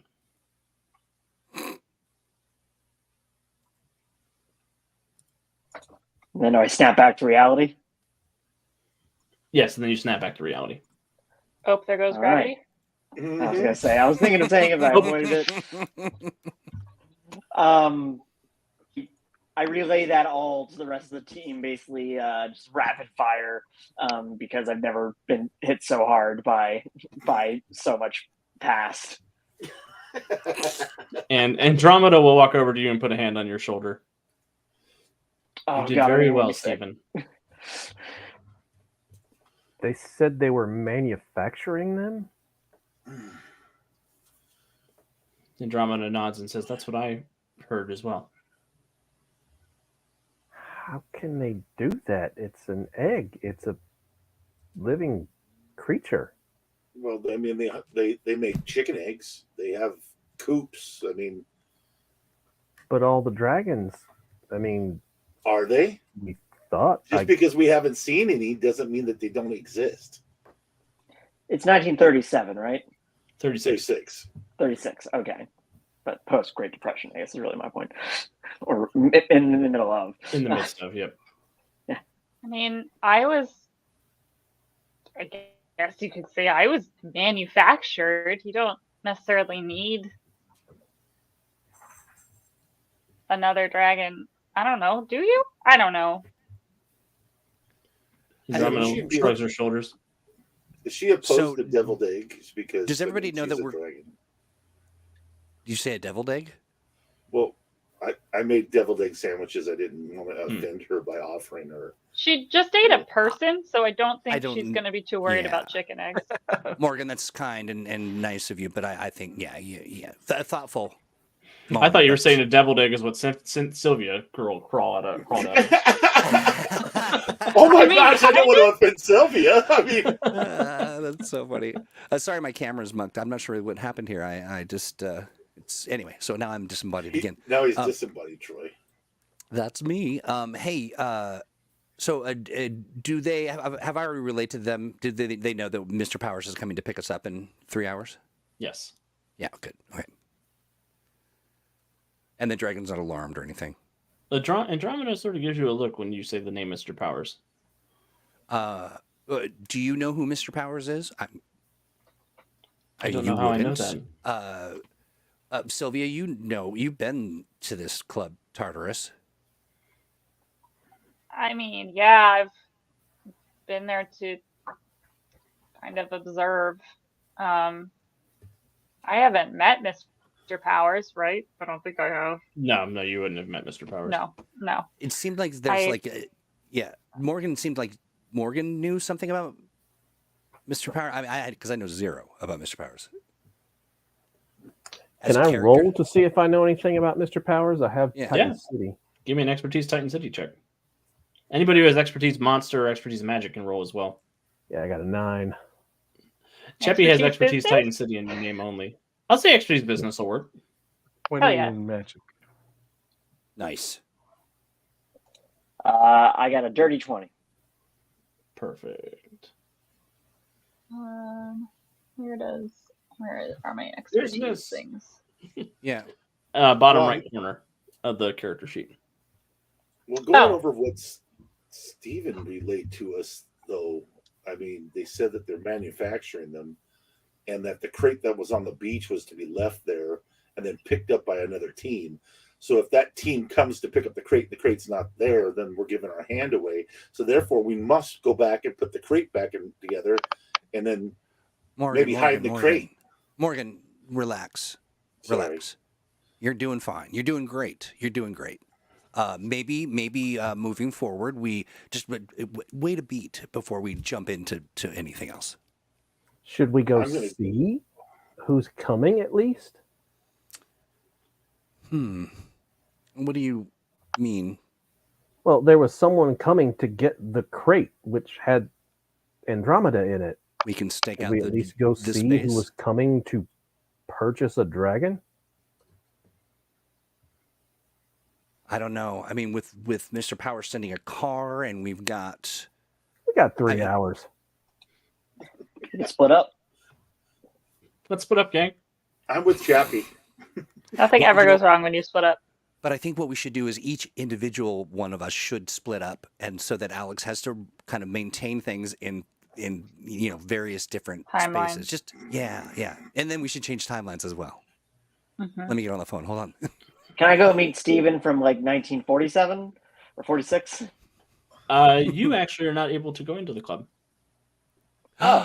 You don't know that yet, but Oh, okay. Well, We're about to find out. but Steven from 1946 probably knows that. Well, Yes. since we're gonna split up anyway, yeah, Steven of the future does know that. But everybody who got pretty much everybody but Cheppy, because Cheppy seems to know Titan City in name only, with expertise. Never been there. Only heard of it. It exists. You all know that Mr. Powers is the de facto leader of the monster community. He is a supremely powerful entity that is trapped within the confines of Club Tartarus, which is sort of his own personal domain that he rules over. Steven, I'll say with a 22 and some of your private lessons with Isabella, you have been told that every 70 years, Mr. Powers is allowed to leave the club for one day. He is known to make long-spanning, centuries-long plans. And as far as everybody knows, he is genuinely interested in shepherding the monster community into a better future. But nobody knows what he is, why he can't leave the club. Why he's got that Davy Jones curse going on. Yeah, Right.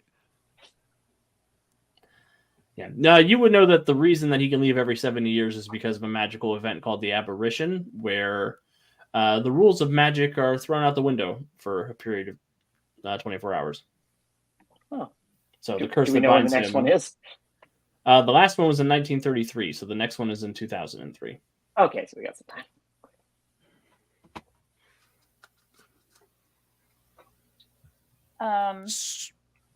Do we notice Andromeda kind of like have a reaction to the name Mr. Right. Powers? Yes, she does seem familiar with the name. Do you know that name, Andromeda? Did you overhear it while you were pre-hatched? She sort of, her eyes sort of drift up to the ceiling, and she says, I know that name from a time before I was alive. Oh, that's awesome. Do you have any other context for it? Like good, bad? How does it make you feel? Nervous. Ooh. And she sort of bristles a little bit. Now, like a afraid for your life kind of nervousness, or a you're about to step on stage in front of 1 million people kind of. Not afraid for my life, afraid for everyone's life. Oh, Like Okay. all of us or all of the world? All of everyone. Dragons and non-dragons alike? That's Yes. Interesting. And you could tell she's sort of racking her brain trying to figure out where she knows this from. yeah, and I'm curious as to where she knows this from as well. Do you feel like it's a memory, or do you feel like this is more of a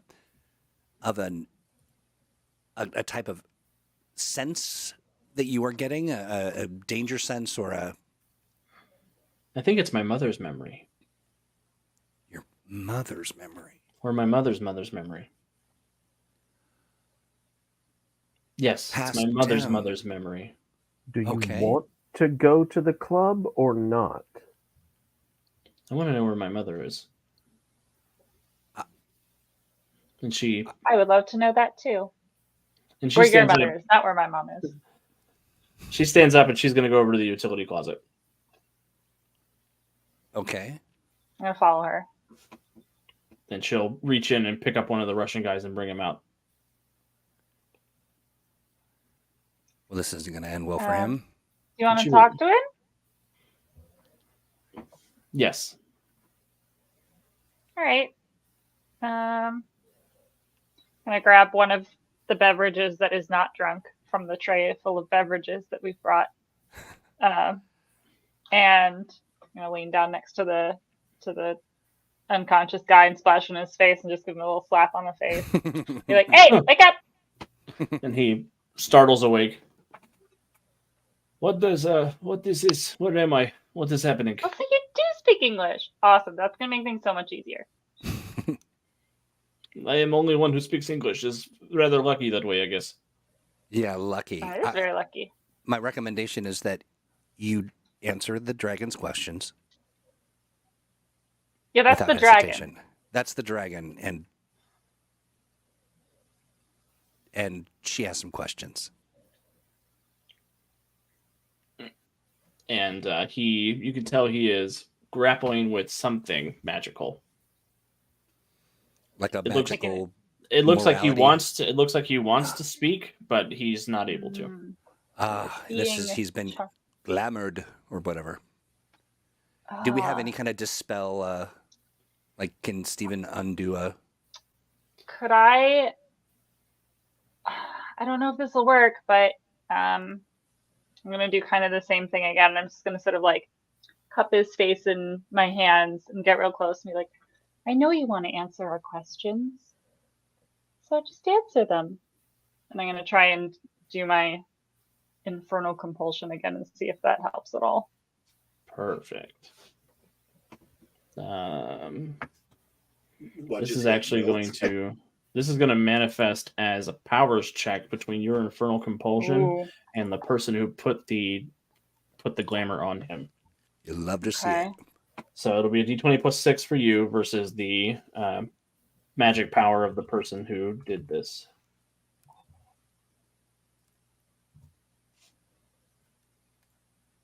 I got a 25. You did. You break the compulsion because I rolled a 10 to get a 20. Hey! Nice. So, Sylvia, as you're sort of looking into his eyes and feeding infernal energy into him, you do see he begins to speak, and even as you're speaking with him, his tongue begins to freeze, like his esophagus is flash freezing. But you're able to avoid that from happening. You're able to prevent that from happening by pouring more of your energy into him. And he Cool. he basically vomits out frozen water or thawed ice, and he coughs. Oh, thank God! That's better. You know how long I've been stuck like this? Does he Wait, have an you're not accent Russian anymore? anymore? Were you made Russian too? Yeah. I'm not Russian. I'm from Titan That- City. I'm from up the way.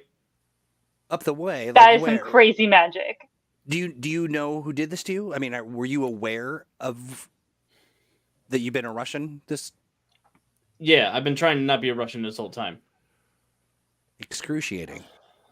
Look, there's this crazy dame up in Far Harbor, in Maine. She's They're always from Maine, the crazy ones. she calls herself Anastasia Romanov. But every that time is we a Russian addressed her, we had to call her the Winter Queen or whatever. She's kidnapping monsters up there and selling them to the Russians, and using us as gophers.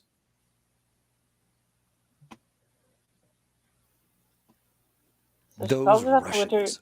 Queen. She's been kidnapping monsters and selling them to the Russians. Yeah, there's a bed and breakfast up there that they've been staying in. Not an Airbnb. They don't have those yet. How do you know about that? I heard about it in the club. In the Tartars. What club? Oh, Did you go to man. Club Tartars? You know, the people who go to Club Tartars would be the people who buy up real estate and Yeah, in all drive up time housing lines. prices. And then Yeah, rent them everybody out. wants to be a landlord. It's all about passive Oh, income. God. I'm from the future. Okay. So, what is your name? My name's Dick.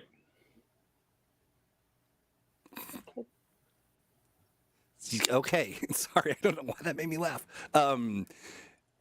Well, It's not funny Dick, in this timeline. It's not. It's not. He's being real, Richard. Listen, we've got a very important journey we're taking in. I don't know, in 2 hours and 15 minutes. I don't know how long it's been. The dragon has some questions about their origin, or did you get the answers you needed from his story, or I look at Andromeda. She narrows her eyes. Where's my mother? How are you manufacturing dragon eggs? I don't know anything about that. I rowed a boat. Not all the way downstream? from Maine. There was a bigger boat that we dispatched from. A bigger That boat. boat. That boat. It's called the White Star. It's usually docked at the Far Harbor fish packing plant. Far Harbor, you say? Fahaba. Yeah. Far Harbor. Baba Yaga. Okay. Hey, we're all from this same town. We can't go making fun of this guy for talking like that. I'm not making fun. I'm not making fun. I love My real Boston life whole baked family is beans. from Massachusetts. I can make fun of Boston accents as much as I want. All right, never In mind. the terms of my At least character, I am not making fun. Troy is 100% making fun of anybody that has that accent. Yesterday, today, or tomorrow. He will say because he sort of looks at Andromeda. He says some guy was supposed to pick you up. It was a company. It was a Stone something. Victor Stones. Stone, I think. Does that Victor ring a bell for any of us? Would we know who that is? Oh shit! It's her Not dad. this time. It's your dad. Ooh. I look at Sylvia like, are you kidding me? Look, he hasn't been replying to my letters. I don't know what he's up to. He usually wants me involved in business things, which is why it was weird that he was just like, "Go to this school. Bye." But That must be why he wants you to be here, so that he could was orchestrate. I supposed to pick up the dragon? Did I miss a letter? Virginia runs in with the mail. Oh, Post. no, he's gonna be so mad at me. Oh. Well, maybe if she wasn't so busy cleaning up the kitchen mess after somebody, she could have delivered the mail on time. Wow, that's a reach, but yes. Oh, you think Listen, so? I grew up rich. I never learned how to clean. Anyway, so Yeah, that's what Virginia's for. And I help her out every night. I didn't realize so. that. Yeah, but anyway. No, that was I'm a just little saying joke. that's how Sylvia would feel. It's like that's Virginia's job. I don't That's want to Right, right. Don't they get paid for that? No. Virginia get is the paid? help. Everyone knows. I It's do a help. like What Richard do you pay Pryor a in the ghost? toy. Oh my gosh. You do have to do you- pay Ghost a living wage. Good. How's They're work? not Not a working. deadening wage. Lie. It's a deathly wage. Not a A deathly wage. deathly wage. Yeah. Well, if it's a registered ghost, you have to pay them a salary. If they're not Oh, registered, wow. then you gotta. They should be Holy registered. smokes. So Things all are really- illegal spirits. Titan City is just a bureaucracy. Yeah, terrible. that's As all Yeah. dystopians are. Yeah, you can't escape it, even in death. Okay. So, are we all healthy, and are we like? Do we need to rest or anything? I'm trying to see what we can do to fast forward our. I mean, time. you guys are fairly healthy at this point. Okay. So Victor is supposed to pick up the dragon? Not Like some guys himself? who work for him. No, not himself. He Oh, would never come okay. down here by himself. Yeah, I was gonna say it would have been really rude of him to not tell me he was coming. But still, Well, you like Sylvia, his isn't mistress or it something? I'm his kid. Gross. Ew. gross? Ooh. He's got a kid. Sylvia, what? Okay, I think you've done enough talking. Maybe Sylvia, he doesn't really have a kid. I don't know. so Morgan. Sylvia is his child. Sylvia, what do you What? know? Do you know who Morgan was saying? Like maybe he doesn't have a child. Like what a revelation for you. Anyway, My Maybe dad it's your never last died. name. Maybe Yeah, exactly. Stone isn't your last name. all right. Well, we'll look into I the genealogy of it. I grew up, and he raised me, and Or summoned you. his You heir. said you were created. Sorry, his name Morgan is Charles. and, Charles Stone, not Victor Stone. I was Victor, okay. Victor Stone is. I was a Simon. little confused. That's why I said Oh. earlier about the timeline thing. I was Yeah, like, in no. this timeline? Charles Stone. Victor Stone is cyborg. Charles Stone is your father's name. Oh, Your that's father's why a I was like, the cyborg? name sounds familiar, so that must be right. And then I was like, oh wait, no. Wait, so it's Um, not her dad? It is her Or it dad. is- It is. oh, her okay, dad. okay. It I got is. the name wrong. Oh, sorry, I just want to ask Sylvia a Wrong question. first name. Sylvia, first do name. you I feel know? like we might Gotcha. be- Sylvia, do you know who? Would your father work with known associates? Like, are they people that you would recognize, especially if they I were? mean, as doing a long as he high-level job? didn't, if he didn't meet them in the past like year, then yeah, I would recognize them. Probably. I just wonder if we could maybe pull a little trick and Oh. Like pretend I was sent to pick up the dragon? I mean, you're the daughter. I'm what could they say? That's true. Yeah. Maybe some of us I go to mean- the club, and some of us go to try to pull the wool over the eyes on the dragon pickup. Stephen, I really want you to come to the club with me. I think you'd love to see it. That is I pretty didn't say cool. I didn't say which mission I had to be on. It sounds like we got two kind of different goals going on here. Well, what timeline? And I turn back to Dick here. What time were Charles Stone's people supposed to meet with you? They weren't supposed to meet with us. They were supposed to pick up the crate after we left. Okay, what time was that supposed to be? They were supposed to pick it up tonight, All right. like No midnight. specific timeline. Ooh, midnight. So we have time to go to the club and then come back. We go to the club, a little, and then we come back.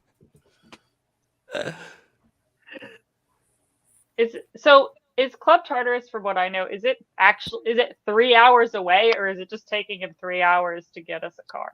It's not 3 hours away. Yeah.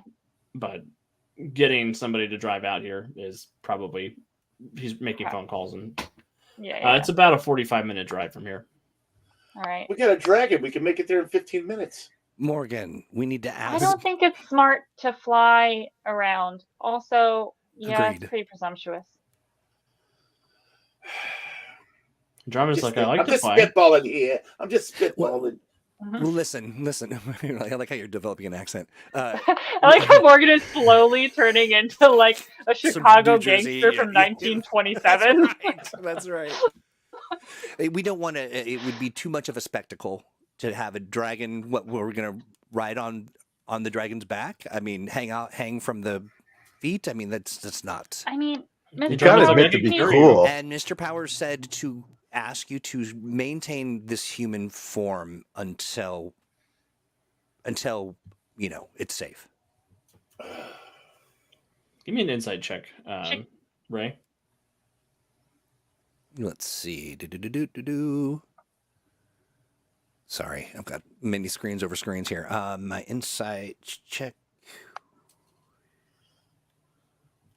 Would really be cool. Sweet. 24 or 9? 24, yeah, and it's a natural 20. So you notice when you say that Mr. Powers asked her to maintain a human form, she fully looks like she's going to run away. What's wrong? And you get to ask that as she sort of like changes into her real form, diving through the window. And Oh my God. sails Gosh. off. She already said she didn't trust him. Morgan, what did you do? I'm gonna chase. I'm gonna What chase did I Andromeda. do? Well, I'm- as she flies away, I think that might be where we have to end this evening's game. Okay.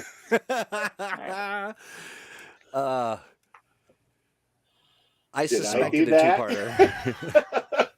Did I do that? Wow. So, yeah, a lot of leads. There's a mysterious fish packing plant in Far Harbor. There's a hostel that's feeding on monsters. There's Mr. Powers, who might be up to no good. Sylvia's dad's definitely up to no good. And now An the dragon has escaped flown dragon. off. So My that's a dad's lot. great. I don't know what you're talking about. And I've got a platter of egg salad sandwiches that nobody's eaten. You're gonna kill Oh, someone. Cheppy's eating them. You just didn't see. Stephen claps his hand, says, "Hey, listen, the dragon's gone. As long as we fix the window, our part of this is done, right?" That's right. And then we all jump in the air, and the music starts Go! to play. Freeze frame. So thank you, players, for. I knew this was going to be a two-part. I don't know why. Classic. Eventually, I will write a one-part story. I don't think so.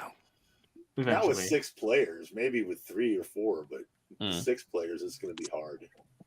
But thank you, players, for coming on this journey with me, for taking on the role of these kids. They're very good kids. I like them. I do want to give everybody a chance to say goodbye and plug anything they want to plug, and then I'll let Troy do closing announcements, and we'll get out of here for the evening. Starting with RC. Hi, yes, I'm RC. You can normally find me as the game master for the podcast Masks and Mayhem. We primarily put out a podcast in audio, but we do the occasional stream as well. Fun thing is any streams that we do and the podcasts that we do are pretty much always going to be Mutants and Masterminds. And it's all set within the same continuity. So whether you're watching a stream or whether you're tuning into the main show. So you can find us at masksandmayhem.com. Take it away, Nate. Hey, I want to thank everybody for giving me the opportunity to sit here and totally mess things up. It was a blast. Morgan is a dear character to me ever since I saw Alex build her live. So I've been wanting to play her for some time, and I got my opportunity, and I want to thank him and Troy and everybody. I've been given the green light to work on a project of my own, and I'm going to be doing so. So please just look for my name, look for the community, which I'm trying to help build, because I really do love this game, and I think that it has a bigger and better positioning in the TTRPG world that needs to be addressed. And that's what I'm going to be trying to do here in the next 90 days or so. Hopefully I'll have something by the new year. Nice.